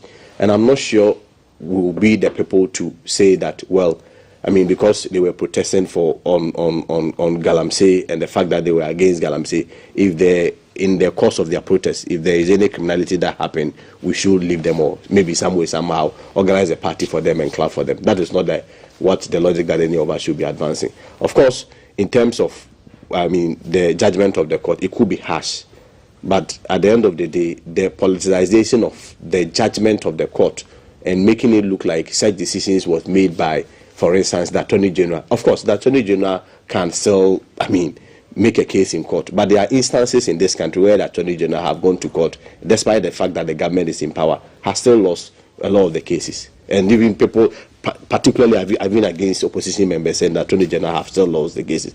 So I do not think the deliberate intrusion or the deliberate drawing of the Attorney General's office, and to the larger extent the President in this, is a very fair point to make. What is most important is whether or not they committed an offense, whether or not the court has the powers to make it, whether or not at the end of the day, the decision of the court, they have recourse for remedy if they are not satisfied. I think these are the very factual questions that we should be able to ask ourselves. Other than that, we'll be mixing the most important points in all this, and then, I mean, the usual politicking, Mr. Akufo-Addo did this, the Attorney General is behind it. I mean, what interest will it serve the President to get 52 or whatever protesters behind bars? What interest? Because if you even read the Martin Kpebu decision, the court was very clear that bail should not be used as a punitive measure. But it's also important to also understand that despite the fact that even in the Martin Kpebu case, the court was very clear that offences are bailable, it is instructive to know that even under Article 14(1) of our Constitution, there are limitations to such, I mean, bails and even the freedom of a person, particularly when it goes against the interests of national security and public safety. So the court has such discretion. The court has made the determination. If we are not very satisfied with the decision of the court, we should be able to look into the face of the court and use the court processes than dragging in political connotations and political meanings to all this. I believe that will not help when it comes to the judicial process, and particularly it sets a precedence for maligning the court and also, I mean, causing public disaffection and reducing the confidence that we have in our court system, which at the end of the day will not augur well for all of us as a people. Question, what do you think about how the world sees us based on what has happened with these protesters? I mean, this man on France 24 asked a direct question about it. What does it do for our image? I think most important is about the facts of the matter, whether or not the facts are valid and conform to the tenets of rule of law. It doesn't matter, I mean, people's opinion, particularly when within our jurisdiction it conforms to the rule of law and nobody has used or hidden under the umbrella of the law to suppress any individual. At the end of the day, I mean, I am very careful into going into the facts of the matter because it's a matter before the court. But if you have Ghanaian citizens who have the right to demonstrate, exercise that right to demonstrate, but go in excess and you serve the rights of others by blocking access to hospitals, by burning, I mean, states, by burning materials, for instance, belonging to political parties and other things, to the extent of attacking the police, I'm not sure the response of any state will be to clap for them. I mean, I have read other people's view on social media that if this happened in countries like America, people were going to shoot others. Particularly the police would have even shot some of the protesters, because nowhere in the world would any protester have the effrontery, have the confidence, have the gut to walk into a police vehicle, switch off the engine, take away the key, and go and throw away the key. And, I mean, look, what are we saying? That we should clap for such a person. If this has happened in America, I am not the police in America, I'm not a security expert, but I'm sure that the response that the American police would have disengaged was maybe somehow to probably fire a shot. In this case, we saw our police very calm, very professional, and had used the right processes in making sure that there is a remedy for justice. And what has been the right process? The right process is to arrange them before that very institution that have the mandate to make a determination on the conduct. And it is instructive to know that when you talk about being denied bail, it's not a conviction. It's just essentially saying that, well, the court believe that, although the court have reasons that you may not, or you may obstruct the investigative process. I mean, there are conditions or grounds where the court may say that they are refusing bail. One of them is the fact that you may disrupt the evidence. One of them is probably you may not even return to the court to continue the trial. These are all some of the considerations that the court will base upon. But ultimately, it is not a conviction on itself. It's essentially saying that, well, just be here. Let the investigation process continue.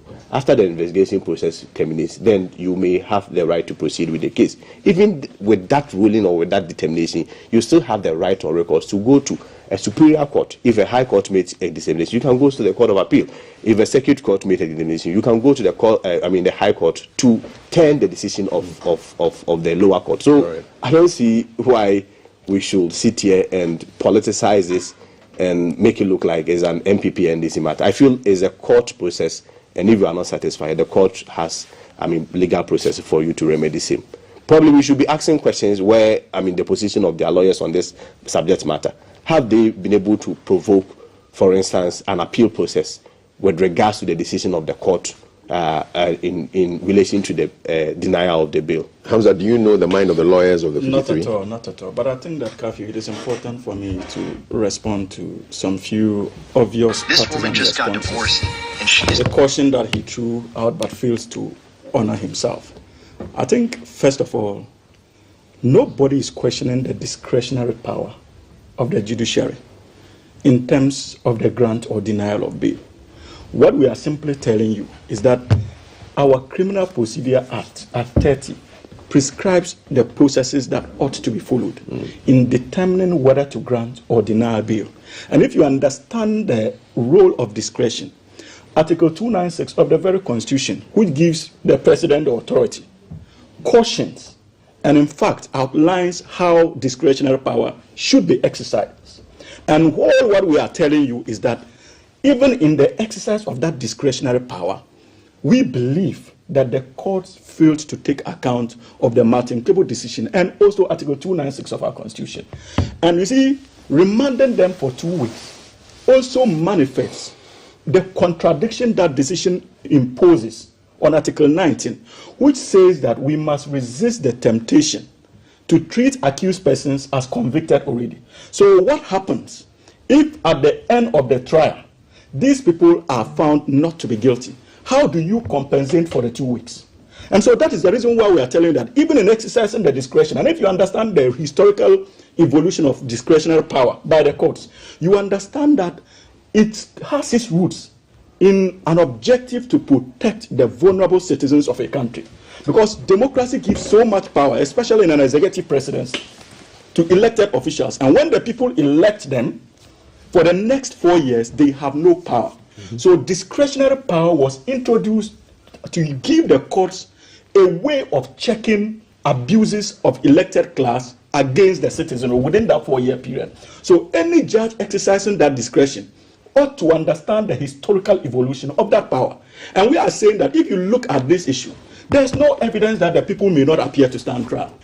And I indicated that the same Criminal Procedure Code indicates how to determine how someone would not appear to stand trial. It is not the case. So all these attempts to more or less indicate that, it has nothing to do with the executive is clearly unacceptable. And Kafi, you see, my problem with the NPP is that they seem to have their own hymn book. Anytime we are having national discourse, they are quick to label it as partisan, because that is the way they get their vulnerable support base to go along with them. But issues of Galamsey and what happened in terms of the arrest goes beyond partisanship. It borders on the survival of this country. It has so much relationship with our health status as a country. It also borders on the protection of our environment. And you understand the role environment plays even in terms of our access to funds today.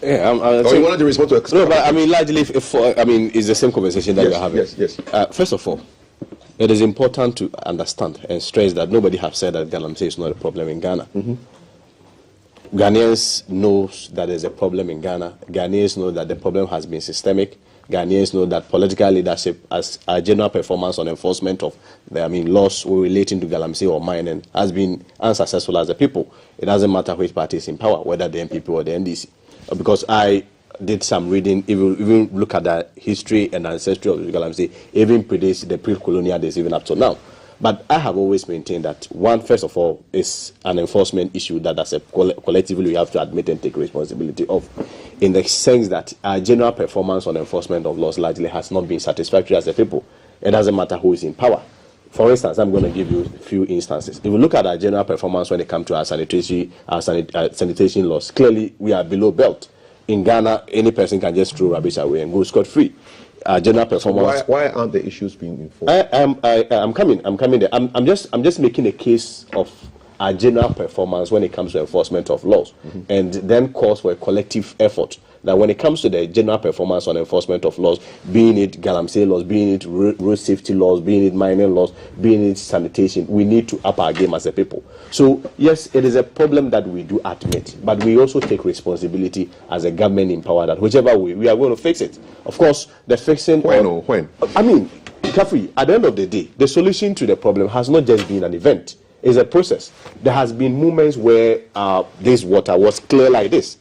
There are also moments or situations where we are having to see this water. So yes, we agree that it's a very complex issue because it's not even purely about an enforcement issue. It goes beyond that. You are looking at, the social perspective. You are looking at the economic perspective. You are also even looking at the political perspective, particularly when political leadership make it look like, well, because Kafui is in power or Hamza is in power, he failed. Well, ultimately, you have to take the responsibility as a government because you are in power. But I'm saying that it is a very complex situation that we cannot leave it to politicians alone to solve, particularly when political leadership are benefiting from it. When you have politicians, for instance, if you recall, the last time during the 2020 elections, after the NPP government had prosecuted some Galamseyers and been able to secure conviction for them, you heard the former president, Mr. Mahama, saying that when he comes, he's going to remove all Galamseyers. Such commentaries also makes the problem very complex. But you see, beyond that, we are in government. Ultimately, we take the final responsibility that when it comes to solving the Galamsey menace, we have to solve it. But I just wanted to understand that it is a very complex situation. Our general performance on enforcement, largely, even beyond Galamsey, has been very low as a people that collectively we need everybody on board, being it government, being it opposition, being it traditional leaders, everybody on board to be able to say that, look, we are indeed fighting the Galamsey. But in spite of that, and despite that, after taking the ultimate responsibility that we need to fight Galamsey, it is also instructive to understand that we cannot pretend and mix the two issues, particularly relating to the Galamsey and the fact that the protesters have committed a criminal offense. We're not talking about protesters again now. We're talking about environment. No, I'm coming. Beyond that, of course, it's also a way to respond to what the claims that he made. Because he was talking about the fact that, quoting Article 296 of our Constitution and talking about discretionary powers and those. Yes, I agree that when we talk about the exercise of discretionary powers, it must not be capricious. It must be it must be within a certain limit. But I am saying that the Constitution also equally envisaged that there could be possibilities. I'm not essentially saying that is the case because I don't speak for the court. I speak for the Ministry of Education and Government. I don't speak for the court. But the Constitution equally envisaged that there could be a possibility where there will be excess on the part of the judiciary. When there are excesses on the part of the judiciary, the Constitution has provided same and procedures for addressing same. Using the same Constitution, using the same Act 30, Act 29, the criminal procedure and the criminal offences are to be able to remedy same. But of course, going through an appeal process and making sure that you resolve it. That's why I asked a question that, what is the position of the lawyers of these guys? Because they have right and access to lawyers. Have they been able to provoke such mechanism that has been, or remedy that has also been provided within the remits of the law? Or is it a case that we are just running TV and radio commentary about it? So we should be able to separate the two. That yes, criminal offense has been committed a court process has been provoked, the court has made a determination. We are not saying that the court is a perfect institution. Of course, there are instances where a court makes a determination and the higher court overturns the decision of the court. But I'm saying that if we have any problem with decision of the court, we should use the same court process, particularly using the appellate jurisdiction of the court to be able to turn such process. But to sit here and make it look like because person A committed an offense. First of all, if the argument that is being advanced is that because he was fighting for the environment, then he has the right to commit more offense. I feel such argument to be very illogical. Because, Kafui, you cannot necessarily say that, well, because I have a very genuine case, the conduct of the case should be fraught with illegality and, for instance, abuse of other people's rights. I'm not sure that is the logic that we are supposed to advance. Okay. So, for me, I agree that the broader conversation when it comes to environment, yes, ultimately we take the final responsibility, but we should also understand the complexity of the problem that is being systemic. When you were in power, you started the Galamsey fight. If you had succeeded, maybe I'm sure we will not be fighting. There's a reason why Ghanaians gave the MPP 1 million vote advantage on the 7th of December 2016. So let's put that aside. Now let me just give you some numbers. According to the Ghana Water Company, over 60% of the country's water bodies have been polluted. That's 6 out of 10. Mainly due to illegal mining activities, this has increased the cost of treating water for consumption. For example, the cost of water treatment in certain regions has increased by 50% as a result of Galamsey-related pollution. A report by the Environmental Protection Agency states that more than 4,500 hectares of forests have been destroyed by illegal mining between 2018 and 2022, including critical forest reserves that serve as water catchment areas. The Chamber of Mines estimates that Ghana has lost approximately or loses approximately $2.2 billion annually in revenue due to illegal mining activities. And then the United Nations International Children's Emergency Fund is reporting that 1 million children are at risk of being affected by mercury exposure due to the prevalence of illegal mining. Now, are you surprised that former Minister for Environment, Professor Frimpong Boateng, is calling on the president to address all these things? Are you surprised? No, I'm not surprised. I agree with him. And ultimately, that's what the president has been doing and is still doing. You see, Kafui, it will be unconscionable and betrayal of my own conscience to sit here and pretend there is no such problem. No, I will not do that. And of course, I've always maintained that we may even have to go beyond that conversation and set the context broader. And the context and the angle that I'm introducing has always been even the correlation between, for instance, political leadership or politically exposed person and even the fact that they may be funded by Galamseyers, to the extent that they've in the political will and the political commitment to even address some of these menaces may not be there. So I have even moved a step further. So it means that in my own conscience, I admit that there's a problem. And it's not only me who admits that there's a problem. Done, though, Kwesi? No, you see, Kafui, that's what I'm saying, that before you are able to address what is going on, you need to understand the enormity and the complexity. We've understood it. Yes. There was a time excavators were being burned. Yes, exactly. Why did that stop? Kafui, because that was hitting at the pockets of the financiers. And you felt that gave us a resource? No, I think what happened, and it's in the news, that people were complaining, were protesting, and so the thing stopped. Kafui, for me, I believe that the best way to go about this is what the president have started, which ultimately has to do with a proper stakeholder engagement. We are still engaging? No, you see, you cannot necessarily deploy military just to go shooting sporadically and burning excavators. That's not. You were the same media. You had problem even with the fact that government was burning excavators. I'm saying that there is a more diplomatic way of addressing some of these things. And if you recall, recently the president has met organized labor. There has been an interministerial committee on this same subject matter to be able to make sure that we address it. You see, the problem is not really about, the fact that we government is not willing to address it. But we also have to admit that just like our general performance on enforcement of certain laws as a people is been low. So you may issue licenses, for instance, if you look at the licensing regime. You had 1 million votes more than your opponents. No, that's very simplistic.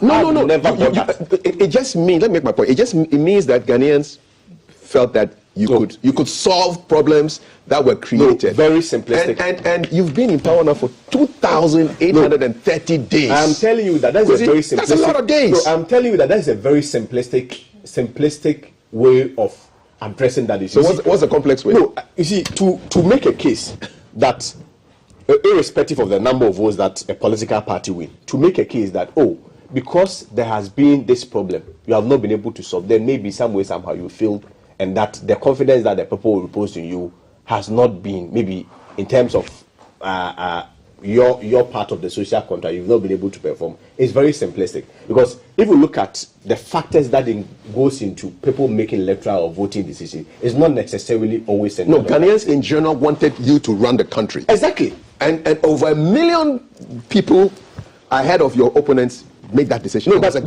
narrow that. No, I'm saying that to narrow that to the fight of Galamsey alone. That's not what I'm saying. I'm saying you were elected to solve problems. Yes, exactly. And I think this is the biggest problem in Ghana now. I am saying that we have been solving the problem. We have been solving the problem. Even if you look at all areas. Is it succeeding? This big problem. You see, I agree that we need to do more as a people. Which means you're not solving them. You're not succeeding. No, I am telling you that it's just like when you look at sanitation, you may see, pocket of rubbish around. It does not necessarily mean that rubbish are not being picked every day. If we leave, for instance, sanitation issues just a month or 2 weeks, the whole country will. Which river has been cleared? You see, I'm not sure that is the most important way to address this thing. Largely, I agree that is an enforcement issue. Enforcement issue will have to mean that you have regulations, and then beyond having the regulations, you really enforce it. In the face of this, I admit that is a challenge that we need to address. Nobody is running away from it. But I'm saying that the solution to this is not an event, it's a process. So even if today we deploy military, we are seizing excavators, we are having a stakeholder engagement, we are engaging organized labor, we are educating miners, we are engaging chiefs to help, you may not see the results necessarily today. So if you ask me that... why don't you just start at least and let somebody else continue? Kafui, you are in the media. Are you suggesting that there has not been any effort, irrespective of which government is? We're looking for results, not effort. Yes, I am saying that there were moments. There were moments where we had our water bodies cleared. Don't we agree with that? But what happened? There were moments. What happened? It means that when at the end of the day, it means that people are still committing illegal activities. So why are they not being arrested? That's what I'm saying. That ultimately, the responsibility still rests on government. Okay. That ultimately we have to take responsibility for. Nobody is running away from that. Will it be the president's greatest failure? I'm not sure you can measure the president just based on only one item. No, will it be his greatest failure? Well, will that also suggest that Mr. Mahama failed in the fight against Mr. Mahama has nothing to do with what is happening now. No, but his time also saw this.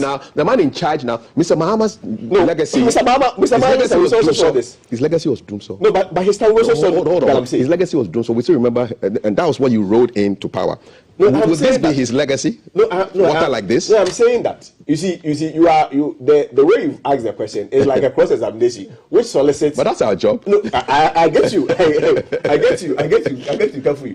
But you've made the question so close that I refuse the invitation to answer in the way you like. I'm saying that. Okay, then no further questions. The extension of your then no further questions. No, I'm coming, but I'm landing. Since you don't want to land, no, the question. You let me answer. Maybe Ghanaians will make their own opinion. I'm saying that per the extension of the logic of your question, then we may probably say that all government has failed when it comes to the fight. No, I don't want to talk about all government. I want to talk about the one we are living right now. I am saying that when it comes to the fight against Galamsey, of course, when this water, anybody drinks it or it gets to the home of anyone, it doesn't ask of the party card of any other person. So essentially, it's a national issue that we have to address. Right. Ultimately, the president has to lead the fight because command responsibility, ultimately you have to take the responsibility, which the president admits, and we as a party admits that we have to take the responsibility. And we are showing you that we are solving it. Is he afraid to ban small-scale mining?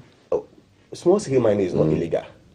Well, now there's a confusion because we don't know where illegal begins and small scale ends. You see, and everything has been convoluted together. Already. And illegal is already illegal. Illegal mining is illegal. So what is banned? Yes, no, I'm saying that illegal mining is illegal. Konongo Road, if they are doing it by the road there, illegal. Is the suggestion that because we have road safety laws, so I mean, you may not get instances where people ultraviolet the road safety laws and regulation. In every state and in any geopolitical space, despite the fact what that I'm saying is that I see people mining illegally broad daylight. Nothing is happening to them. I am telling you that as at now in Ghana, anytime I get to traffic situation, I see Land Cruisers we just pass and be the traffic light, and nobody arrests them. Don't compare Land Cruisers to this question. I beg you. I am. This is Kolongo. This is Kolongo. I'm from. I schooled in Kolongo. I live in Kolongo. No, I condemn this. No, I condemn this. I've seen it myself. I condemn it. What's happening to them? No, Kafui, I'm saying that we have to make a call to the police. No, when I was coming from Accra, I actually saw mining by a police station. Nothing was happening. You see, the bigger problem is how we politicize this thing rather than calling on the appropriate institution. No, there was no politicization. I said people were misbehaving and nobody was doing anything. So in that case, such a question must be directed to the IGP. That Mr. IGP, what are you doing about this? We must also call state institutions into accountability. Okay, all right. And demand more from them rather than saying that Mr. Akufo-Addo has failed and at the end of the day, state institutions are running from responsibility. We admit that we have to solve it. Okay. But let's bring everybody on board. On board. Yes. All righty. I'm sure Hamza is raring at the bit to jump in, but let's take a couple of messages and then you can respond. Our messages are 055-556-1034. Remember, Madam Ekuya Donkor is our guest right after this segment, and we'll be having a conversation on her vision for leadership in Ghana. But right now, we have Maltiti with the messages. Yes, Kaf. Lots of our viewers wading into your conversation with the gentleman, and this one starts. It says, I add my voice to the millions of Ghanaians, traditional leadership and international citizens to call on the Ghana government leadership to act now and make this pandemic, national disease threatening livelihoods, an emergency and stop these activities with immediate effect. And that's a video of a Galamsey site there. Good morning to you. Protecting our natural resources such as rivers, forests and farmlands is vital for the well-being of current and future generations. The distraction caused by Galamsey not only pollutes the environment but also disrupts ecosystems, threatens water sources. Citizens have every right to protest against such activities that harm the environment and jeopardize their health and livelihoods. Aaron Babako Komisa sends us that one. A rather lengthy one, but he says he's just surprised hearing the president saying he has no hands in jailing the demonstrators who appointed the IGP, Deputy IGP recently, and last of all, the Attorney General. Is it not Nana Addo, the president of Ghana? He's asking. He told us to be citizens and not spectators, and now see what he's doing to us. Seriously speaking, he's untrustworthy. These are the words of a viewer. He says those fond of saying NDC and NPP are the same, they must rethink under JM how many licenses were given. Something small in our water bodies were all naturally colorless, but check Nana Bawumia regime, over 1,500 resulting in our colorless water bodies. Let me just move on. Good morning, Kafui. Please kindly tell President Akufo-Addo that the economic situation in Ghana has gone from bad to worse. A ball of kenke is now selling at 7 to 10 Ghana cedis, and this is his scorecard. That's our viewer joining in with that one. Good morning. Remember, people are in jail in the UK because of violent demonstrations. The courts in Ghana had a human face. That's why they were not jailed outright. Let's be circumspect in our utterance when it comes to the rule of law, and let's call a spade a spade. That's a different opinion there. Why is it that if all these people are in power, they always defend the police and other security institutions, but after losing power, they tend out against them? They are indirectly telling us that they all have their way of manipulating these security agencies, and these agencies should better wise up. Good morning, GTV. Please, can you ask Mr. Hamza if the government can connive with other arms of government? And if yes, has it ever happened when the opposition were in power? If no, then he should come clear and give out his bases. From Nana Kwame Bema. Hamza is here. You can ask yes. the question. Hamza, over to you. I think, first of all, I can say with all honesty that if you look at the personality, John Dramani Mahama, and even the NDC presidential candidate before him, President Atta Mills, you cannot say in all conscience that they interfered with the functioning of state institutions and specifically the judiciary. We all remember that when His Excellency President Mills became president, one of the harshest criticism against him came from within, largely because of the way he handled investigations and subsequent prosecutions of former appointees of President Kufuor. Same can be said about President Mahama. President Mahama is a known gentleman, and his respect for state institutions. You cannot make references to even a single act during his presidency that suggested that this was a man interfering with state institutions. And NDC people equally had issues against him. Indeed, the Montier 3 were sentenced. So it is not true that he interfered or he influenced the performance of certain functions of the state. Okay. So that point needs to be made. The NDC has a better track record. More messages here. We're talking about anti-Galamsey issues, and the NDC communicator is partisan. This is from a viewer as well. Remember, these are the thoughts of our viewers watching us from home, and all the thoughts of GBC. NDC are double tank when it comes to Galamsey, whereas the NDC, Kweku Boahen, is moving in the Galamsey areas, promising them that when Mahama comes to power, the Galamsey operators would be allowed to work their Galamsey. They at the same time organize demonstrations against the same Galamsey. God help Ghana. Hamza. We want you to respond to that. I think it is important for me to just respond holistically to even what my brother said. And what Okubo also said. Yes, I'll respond to her. Don't worry. You see, you're doing my work now. You see, no, we all know that Galamsey has been an issue since independence. In fact, predating independence. What we are simply saying is that today it has gone off the roof.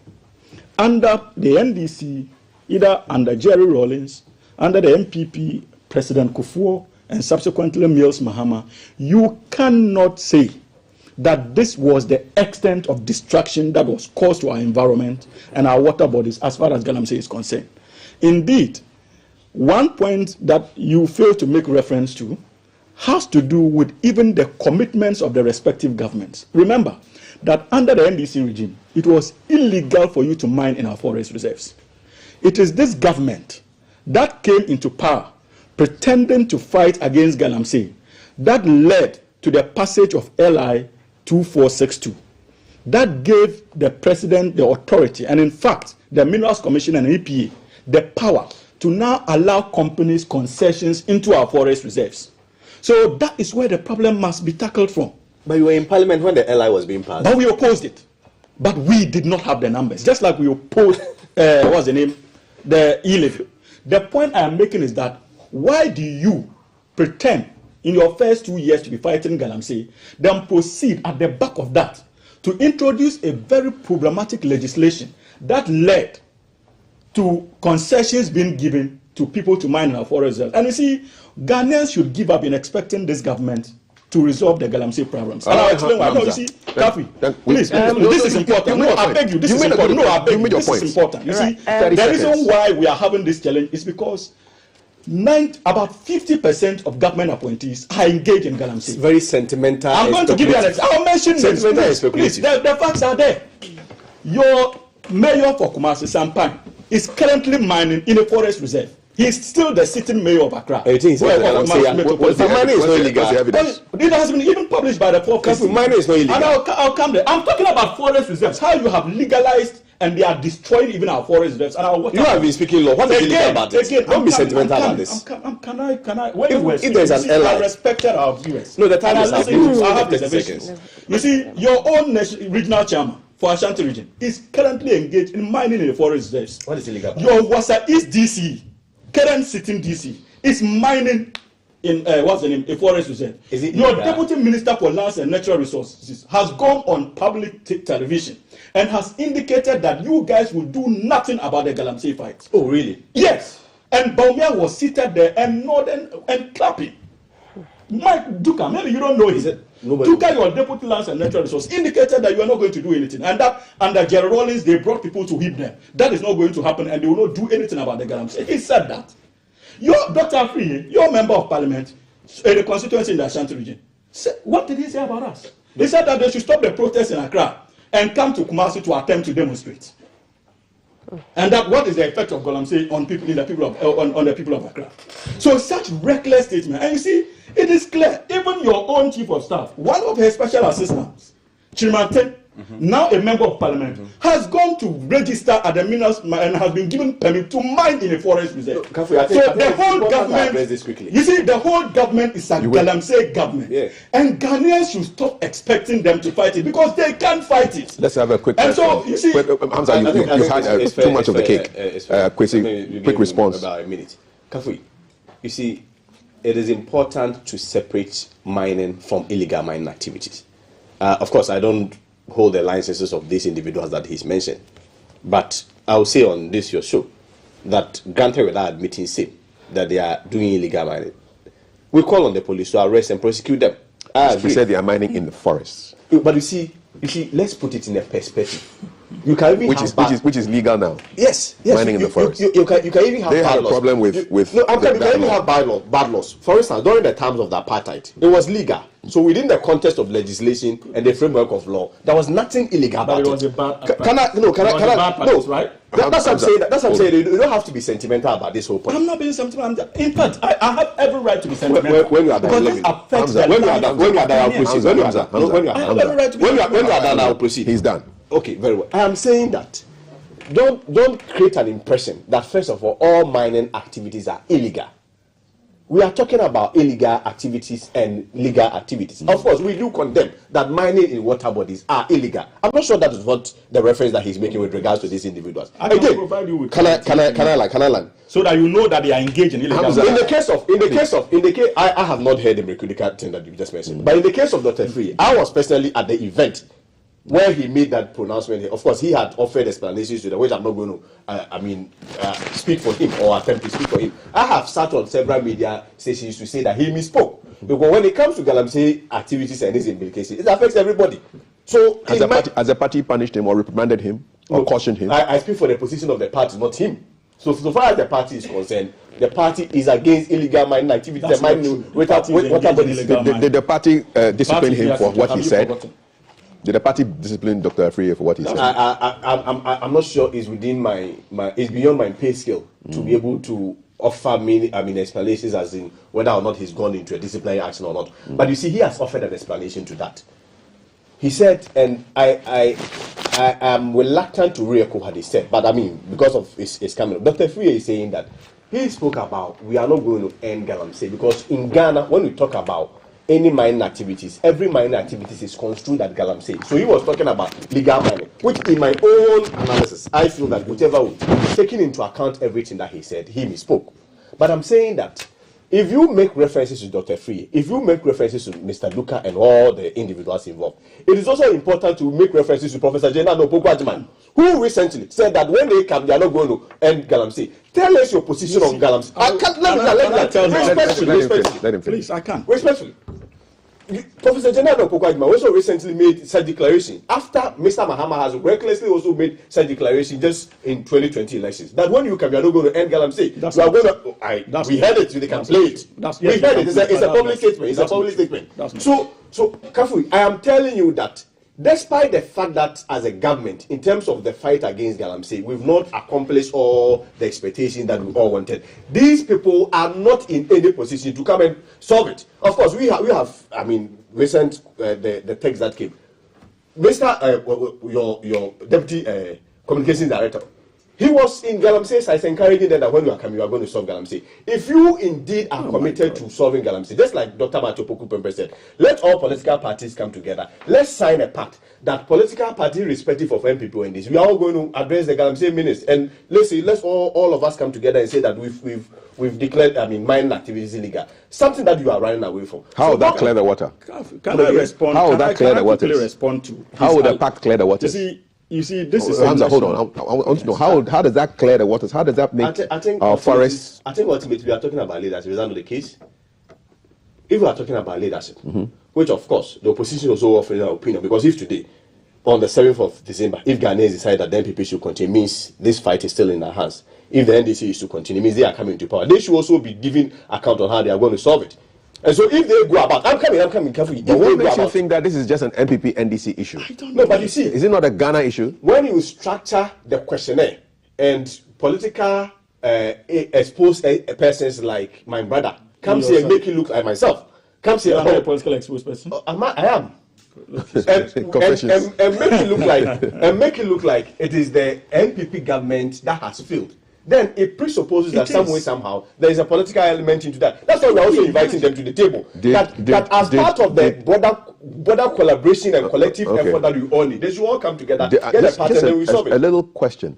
Did the MPP associate themselves with the Doomsor failures of 2012 to 2016. You are still narrowing back to the No, I'm just trying to understand why you think that people should be responsible when you are driving. When the president is the driver, he's driving the vehicle, and Dr. Bawumia is the mate. We are the passengers.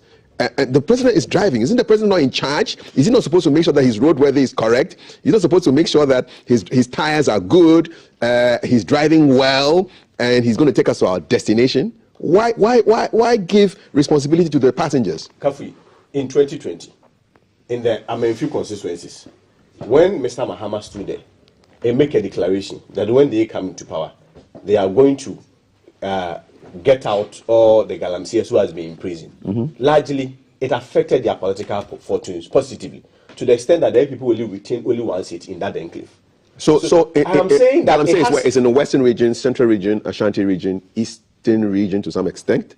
Do you still not have majority of seats in those regions?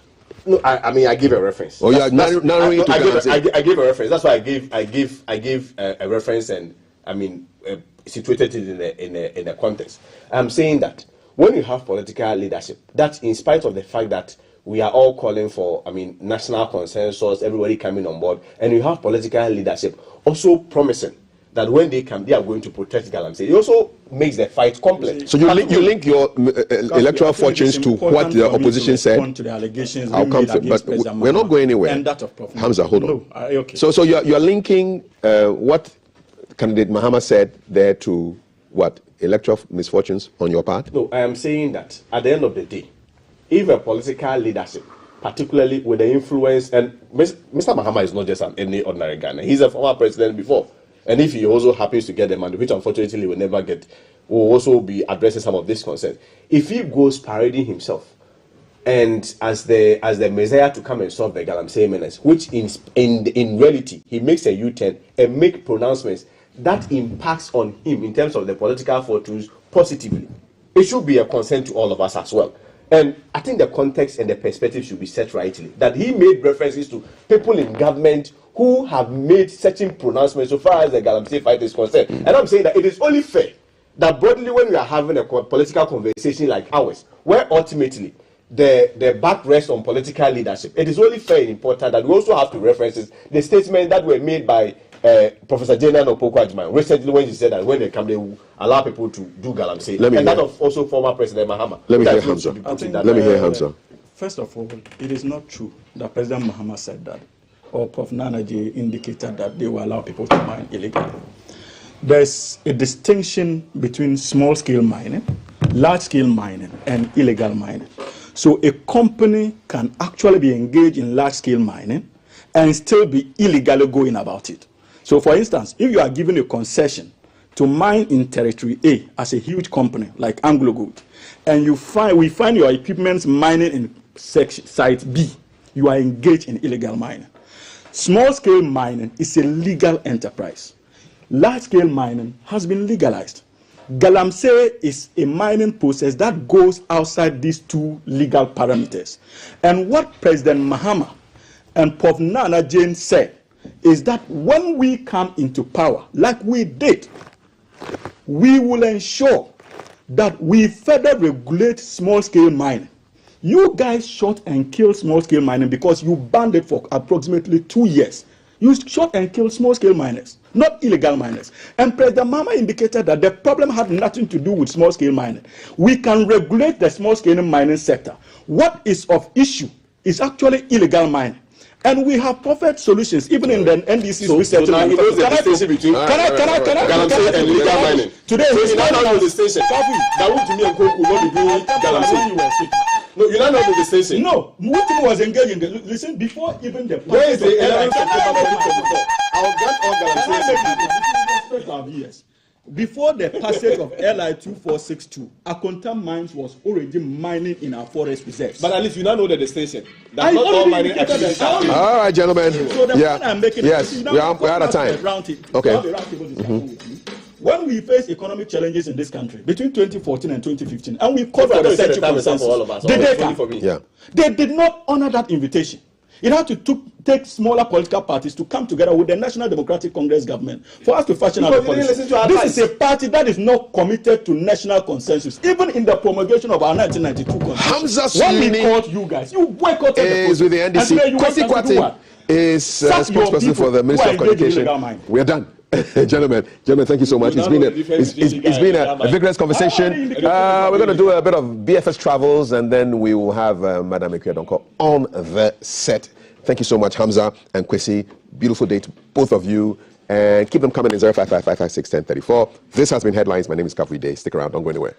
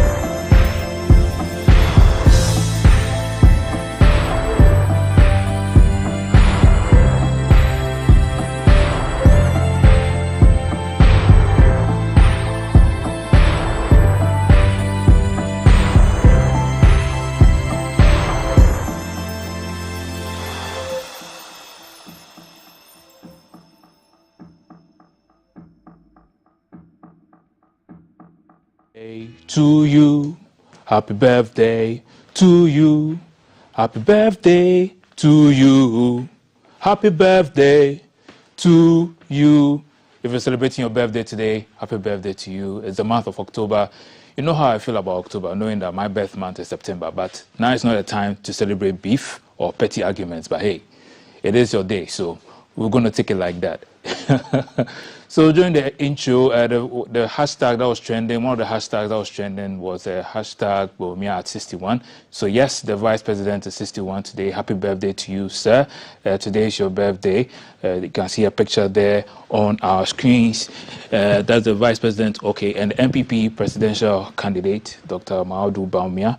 Happy birthday to you once again. And this birthday dedication is also going out to WO1 Alexander Yeboah, who is also from the office of the Vice President of the Republic of Ghana. It's a glorious happy birthday going out to you, sir. WO1 Alexander Yeboah. This birthday dedication is coming from your wife, your beautiful wife, Mrs. Edna Yeboah, and the children.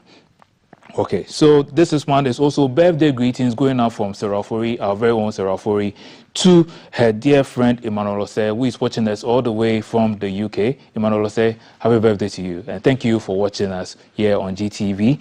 And happy birthday to Mrs. Bernice Anobiasefa, aka Erama of Grace Mountain Church Works at JAP Enterprise. This birthday message is coming from Ethel, wishing you a happy birthday. And this one is also a birthday dedication going out to George Kwe, who is also the artistic director and resident at the National Theatre, also one of the heads at Image Bureau, bringing us a number of productions at the National Theatre, including The Gods Are Not to Blame and The Legend of Akushika. Happy birthday to you once again. And to everyone else celebrating their birthday today, happy birthday to you. So it goes, may God bless you now.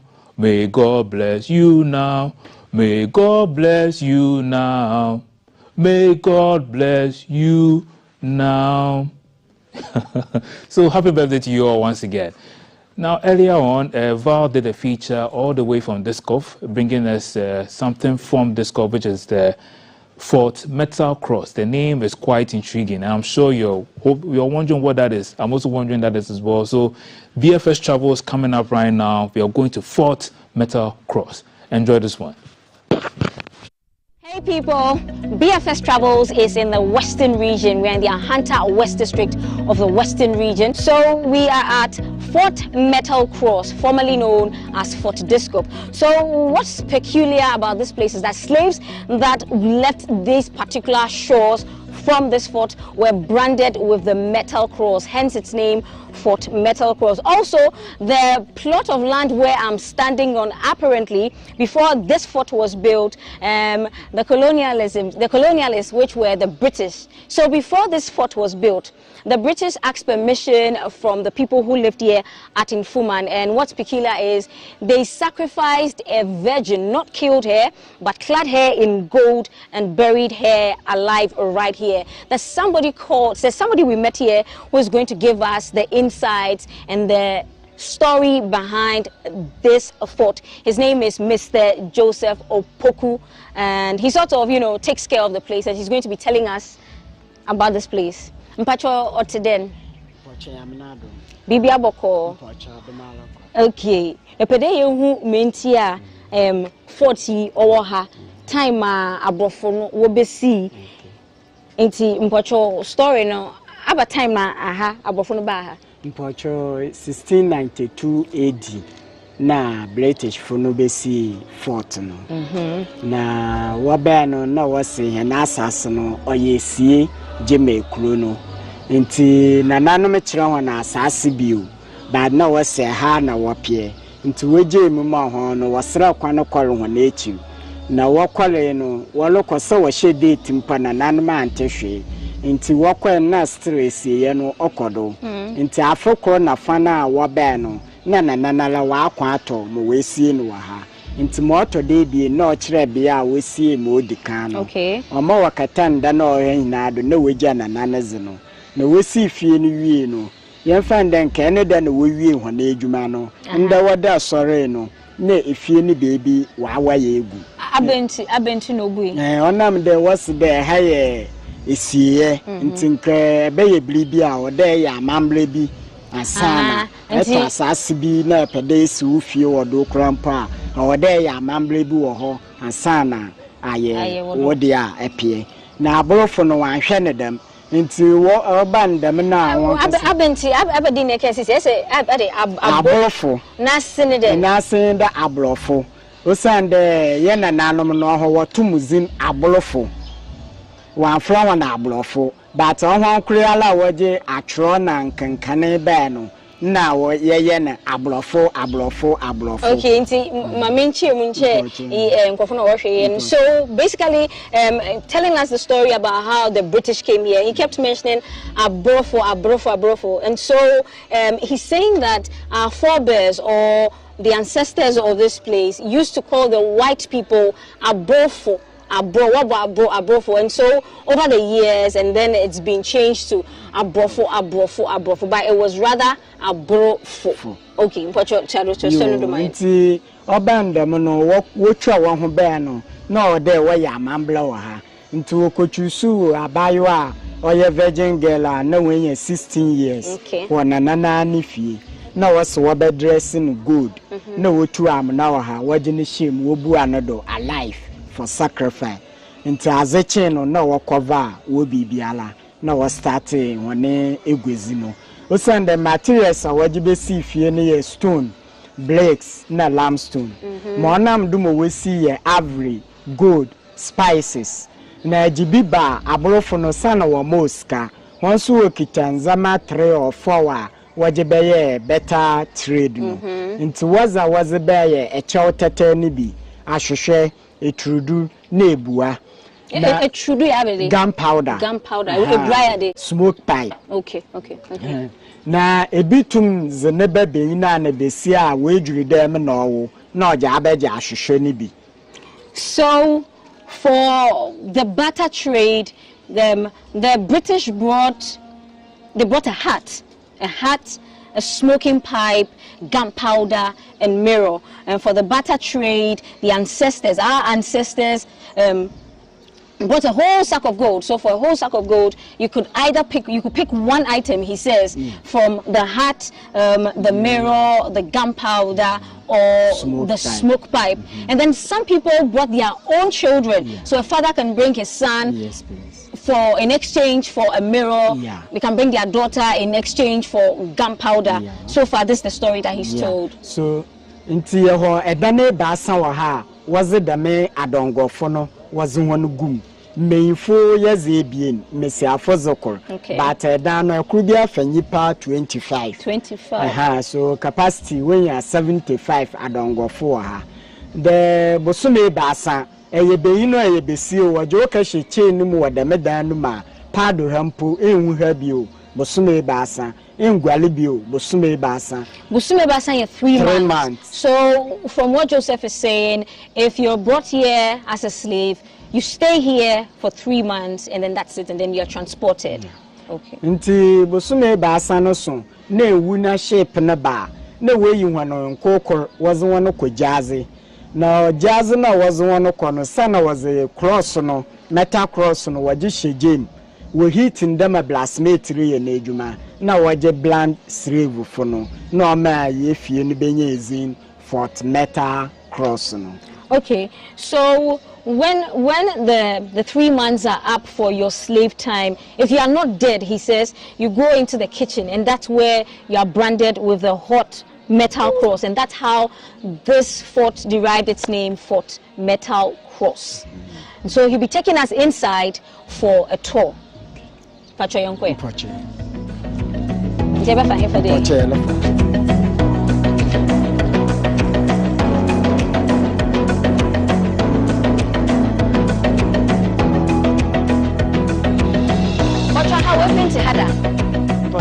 We're painting high in recent times. We're painting it 3 times a year. 3 times a year. And today is some sort of fresh paint then. Okay. Yo, ntimponcho ahane bia ozikano.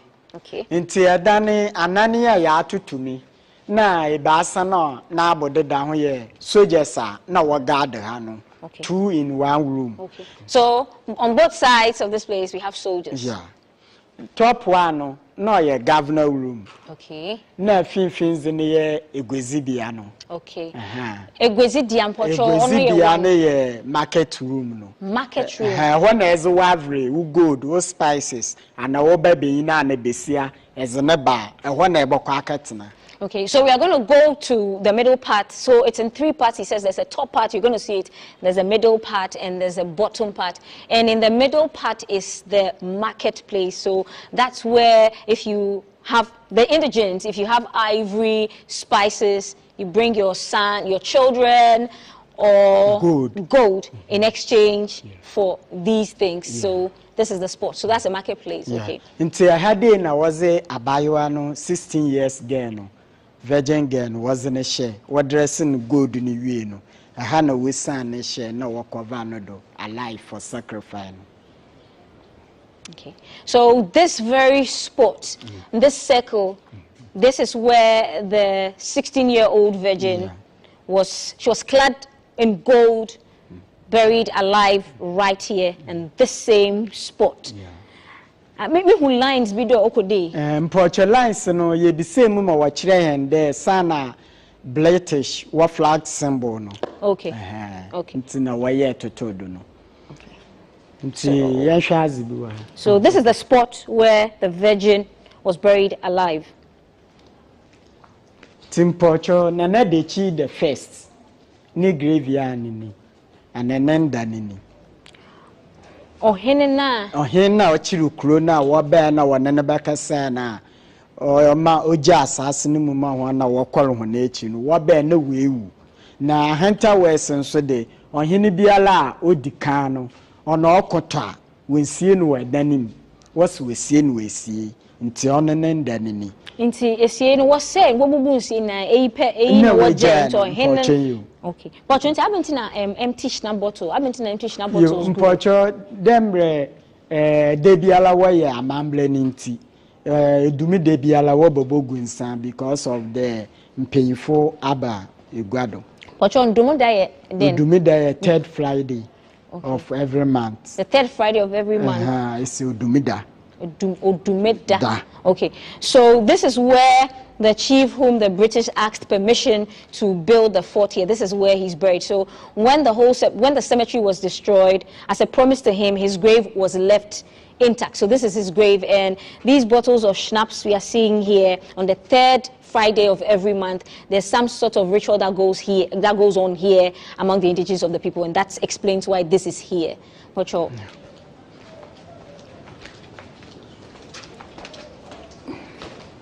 Okay, looks like we're about to enter some sort of chamber. In Timpocho, I had a first rumor, no was that on go from me for 25, you know, wasn't one go. Until I saw her no way, where ways by Nassano was a man. Until Chiriha, I saw her day, no, was wood to am no, no wager one. Nameze a Janana Wakano. Na me no hwane ya adwen kire de wose wo gu ha de ya wenjenji na wode me yeji ne che ne gu ansa na wanan na obe de mpo na ogina ha wetum wejane na asem na la Mr. Joseph is saying that this chamber housed 25 male slaves at a time, and the spot right there, this corner, was dug out for, this is where they used to ease themselves. But he's saying that they do not believe that, because if the story says that the slaves were chained and standing, how could they have gone there? And so this is one of the chambers. Until hade na se governor na soldiers wezizi wia na asano na we gbogbo top wono na we ho egu wondo nti nsuko opokoro de insukula na we ho egu wondo nti eziban no obogu yanko no na etitidi nsu wan cap no nso mo obogu wala ho no na etafre nti fort nizi na date nini na ekuro no ne second name a yenya no Dixcoff no so na otiado wo no nti 1692 AD no na Dixcoff Fort Metal Cross inti. So from what Joseph is saying, The space we are seeing, which is giving us some sort of light in here, was where our ancestors were fed like slaves, the slaves that they were, yes. So after the slave masters or the British, after they finished having their meals, this is where they put the leftovers. They dropped it in here. You can see the metal crossings there. This is where they dropped it, including water and everything. And from what Joseph is saying, because you are chained, if you're chained like this, when the water drops on you, you lick what falls on your body, and you also eat the food of your neighbor. And that's how our ancestors were treated. People, please, let's go to the next chamber.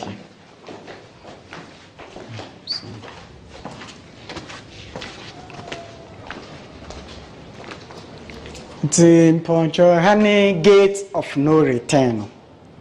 And to be a fair ban, the metam the net gate be aleno, apart for the gate of no return. Onena say, Mpapas the Maraba, Ozamabafa, Ozinavre, new good, new spices, Ozreba, Ozabafa. The man sooner watch there say, end of 3 months, shape and a bar. Na we slave no one by one kwa kitchen. Into was one kwa kitchen a metal cross na a heat no. No, I just blind one by one. No, was the one of our gate of no return. So this is the gate of no return, and it's also the gate of entry, because when people are coming to exchange stuff with the British and they are coming to do their barter trade, this is where they come through. And then it's also the gate of no return, because when your 3 months slave time here is over and you're being transported, this is the gate that you also go through. And he says that before you go through here, you are taken to the kitchen where you are branded. So he's going to be taking us there. Thank you. Okay. Timpocho Honey Kitchen. A Hana now a governor, the soldiers when is banny. A house on the end of 3 months, shape in a bar was a metal cross nishi genimu. Now a bland slave for no. A son was one half. Gate of no return. Okay.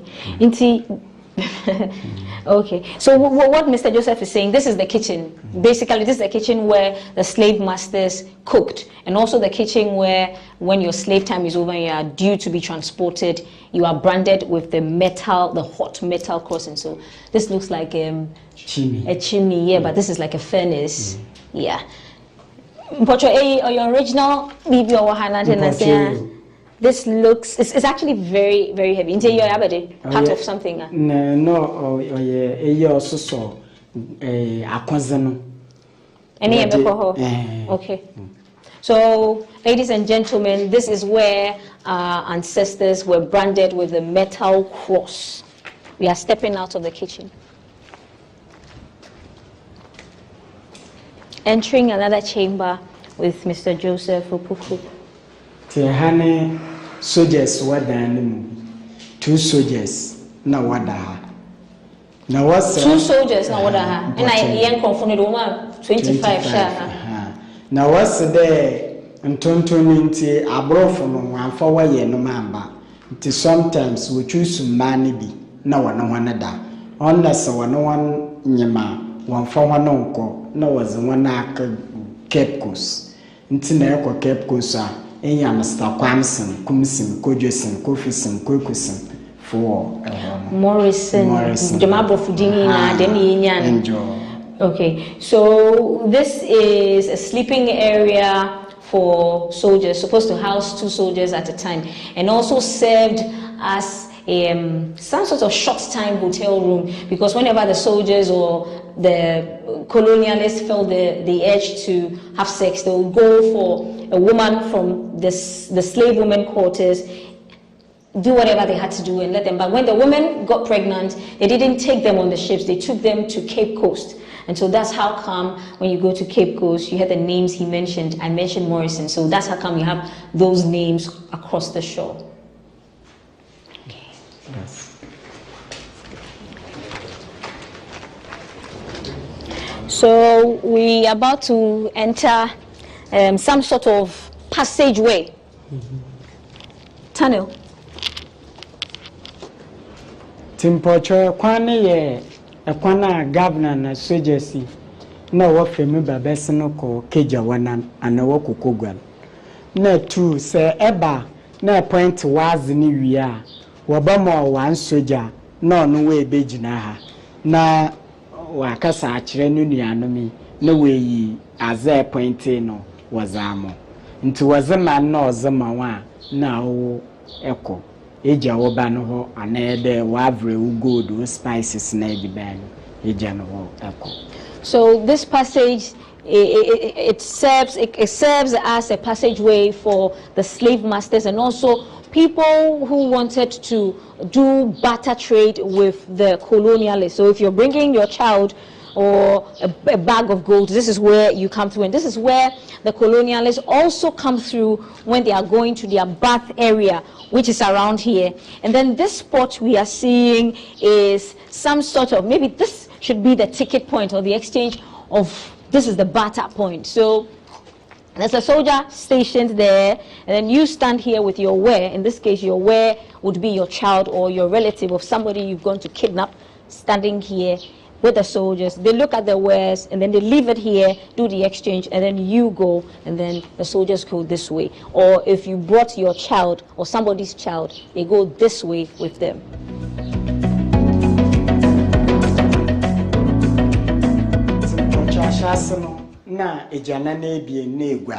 Okay. But soldiers na governor no. But since the assassin no munzama Ghana mudi. Okay. But a toilet no. Okay, so these two toilets and the bathroom in this corner served. So this was the private one for the soldiers, the governor. So they used to use this side. It's two. Okay. So we will be going upstairs. Ntimpocho ahane eyiye akozena na wazokono for enemies. Sunday was a Dutch, Portuguese, Germany. Na we enemies mo ho. Nti wo hu the shape na oreba no. Enya was na waka ring bell no. Na soldiers nka na afọ top nti wagigya ne ka ha na bullet no afire nti ken no na symbol no down King George III. So these are the cannons that the British used to use, and there's an engraved symbol of King George III's crown on here, and so this is where they'll light the fire. This is where they'll light, and then the cannon goes out through here.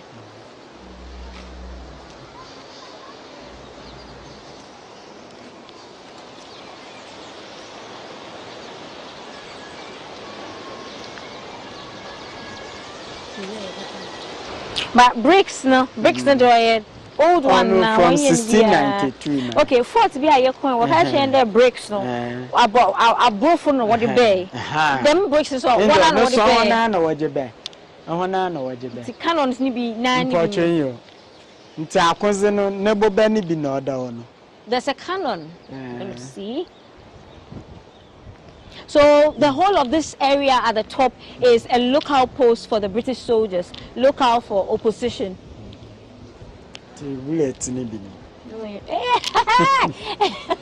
It's heavy. This is a cannon. Like the short put.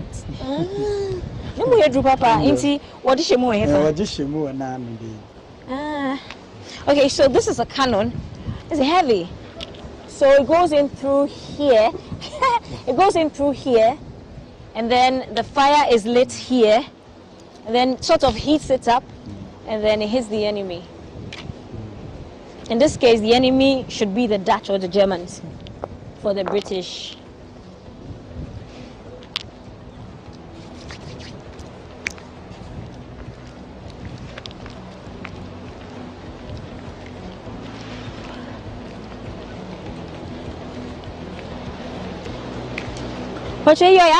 Pocho so a chimney. Into kitchen. So you remember the branding point for the slaves or the kitchen. So this is the chimney. This is it on top of that. There has been no true is ban. So you remember where one of the chambers where we saw the metal railings that said the soldiers put food in here and water for the slaves. This is it. So, assuming I'm a slave master, I just drop something in.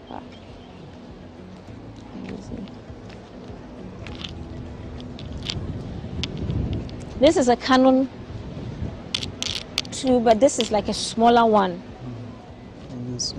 Okay. So this is the top. Adomanini. But Adomano Cassina say, Ina Osan Cassino San had a woman for us and John Wobuma, not the enemy Celeba assembly. So this is what the lookout would usually, the bell the lookout would ring to alert everybody that the enemy is close. So this is a lookout bell.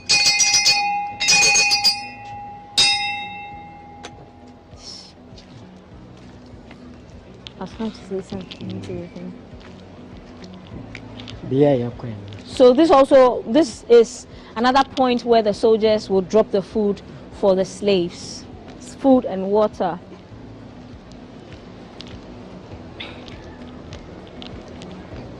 More cannons. So I had in and I was why I saw. Why a cross and a symbol not to run. Okay, so there's a symbol of the cross here. If you can see, there's a symbol of the cross. So this is where apparently church services were held. They held church services right here.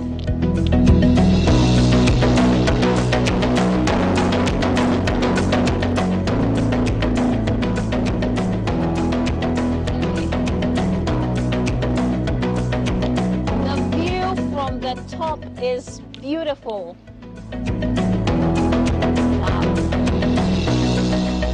Hana governor of Nedim. It's governor Nedim. They were lucky. Oh, what? But Yamani be wa like where you need personal effects nina. Okay, so this is the governor's quarters and his room. Mr. Joseph says is locked. And then this is it. So the view here is absolutely breathtaking and beautiful because you have the sea, you're looking onto the township, you have the sea, the fisher folk, the colorful flags, and then the stark reminder that we are in a fort and we sold our people off. People, this is the BFS Travels and we are coming to you from Fort Disco, aka Fort Metal Cross. Timpoche hana na mpemfo no wababa for one hwadwen and a meeting no nti storeroom na wazo wanyama no guni na dade abo no oho na wazo yenuano mesiafo no gu ba sisi as why ye jazi. So this is the leisure area of the colonialists. They used to rest here after a long day's work. And then right here, just close to them, is the female slave cell. Right there. It's been converted now into a kitchen. See a water tanker, nsunuta of a big pipe na obabogu. Still nsuma. Importing only you know. So this is their well. This is their well. It still serves as a well for the people who work here.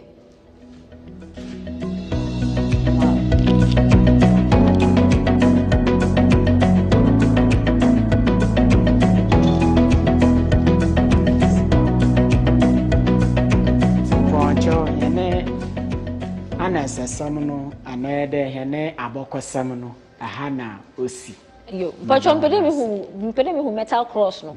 When we were upstairs, I sighted a cross. And that cross reminds us that they've sent our ancestors away, branded them. So we have to see the cross.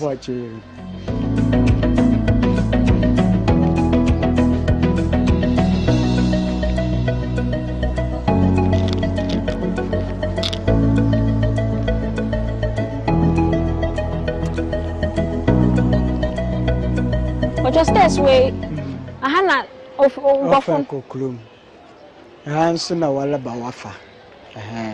this is the entrance. Remember, this is where the stairs. This is how you get into Fort Discove or Fort Metal Cross, now known as Fort Metal Cross.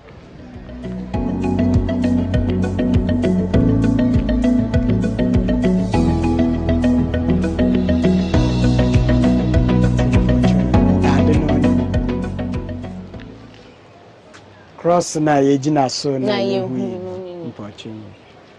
This is the Metal Cross. And so all the slaves who left from the shores of this fort were branded with miniature crosses like this. They did it to them in the kitchen. People, this is where BFS Travels ends our tour on Fort Metal Cross. We'll see you at the next destination.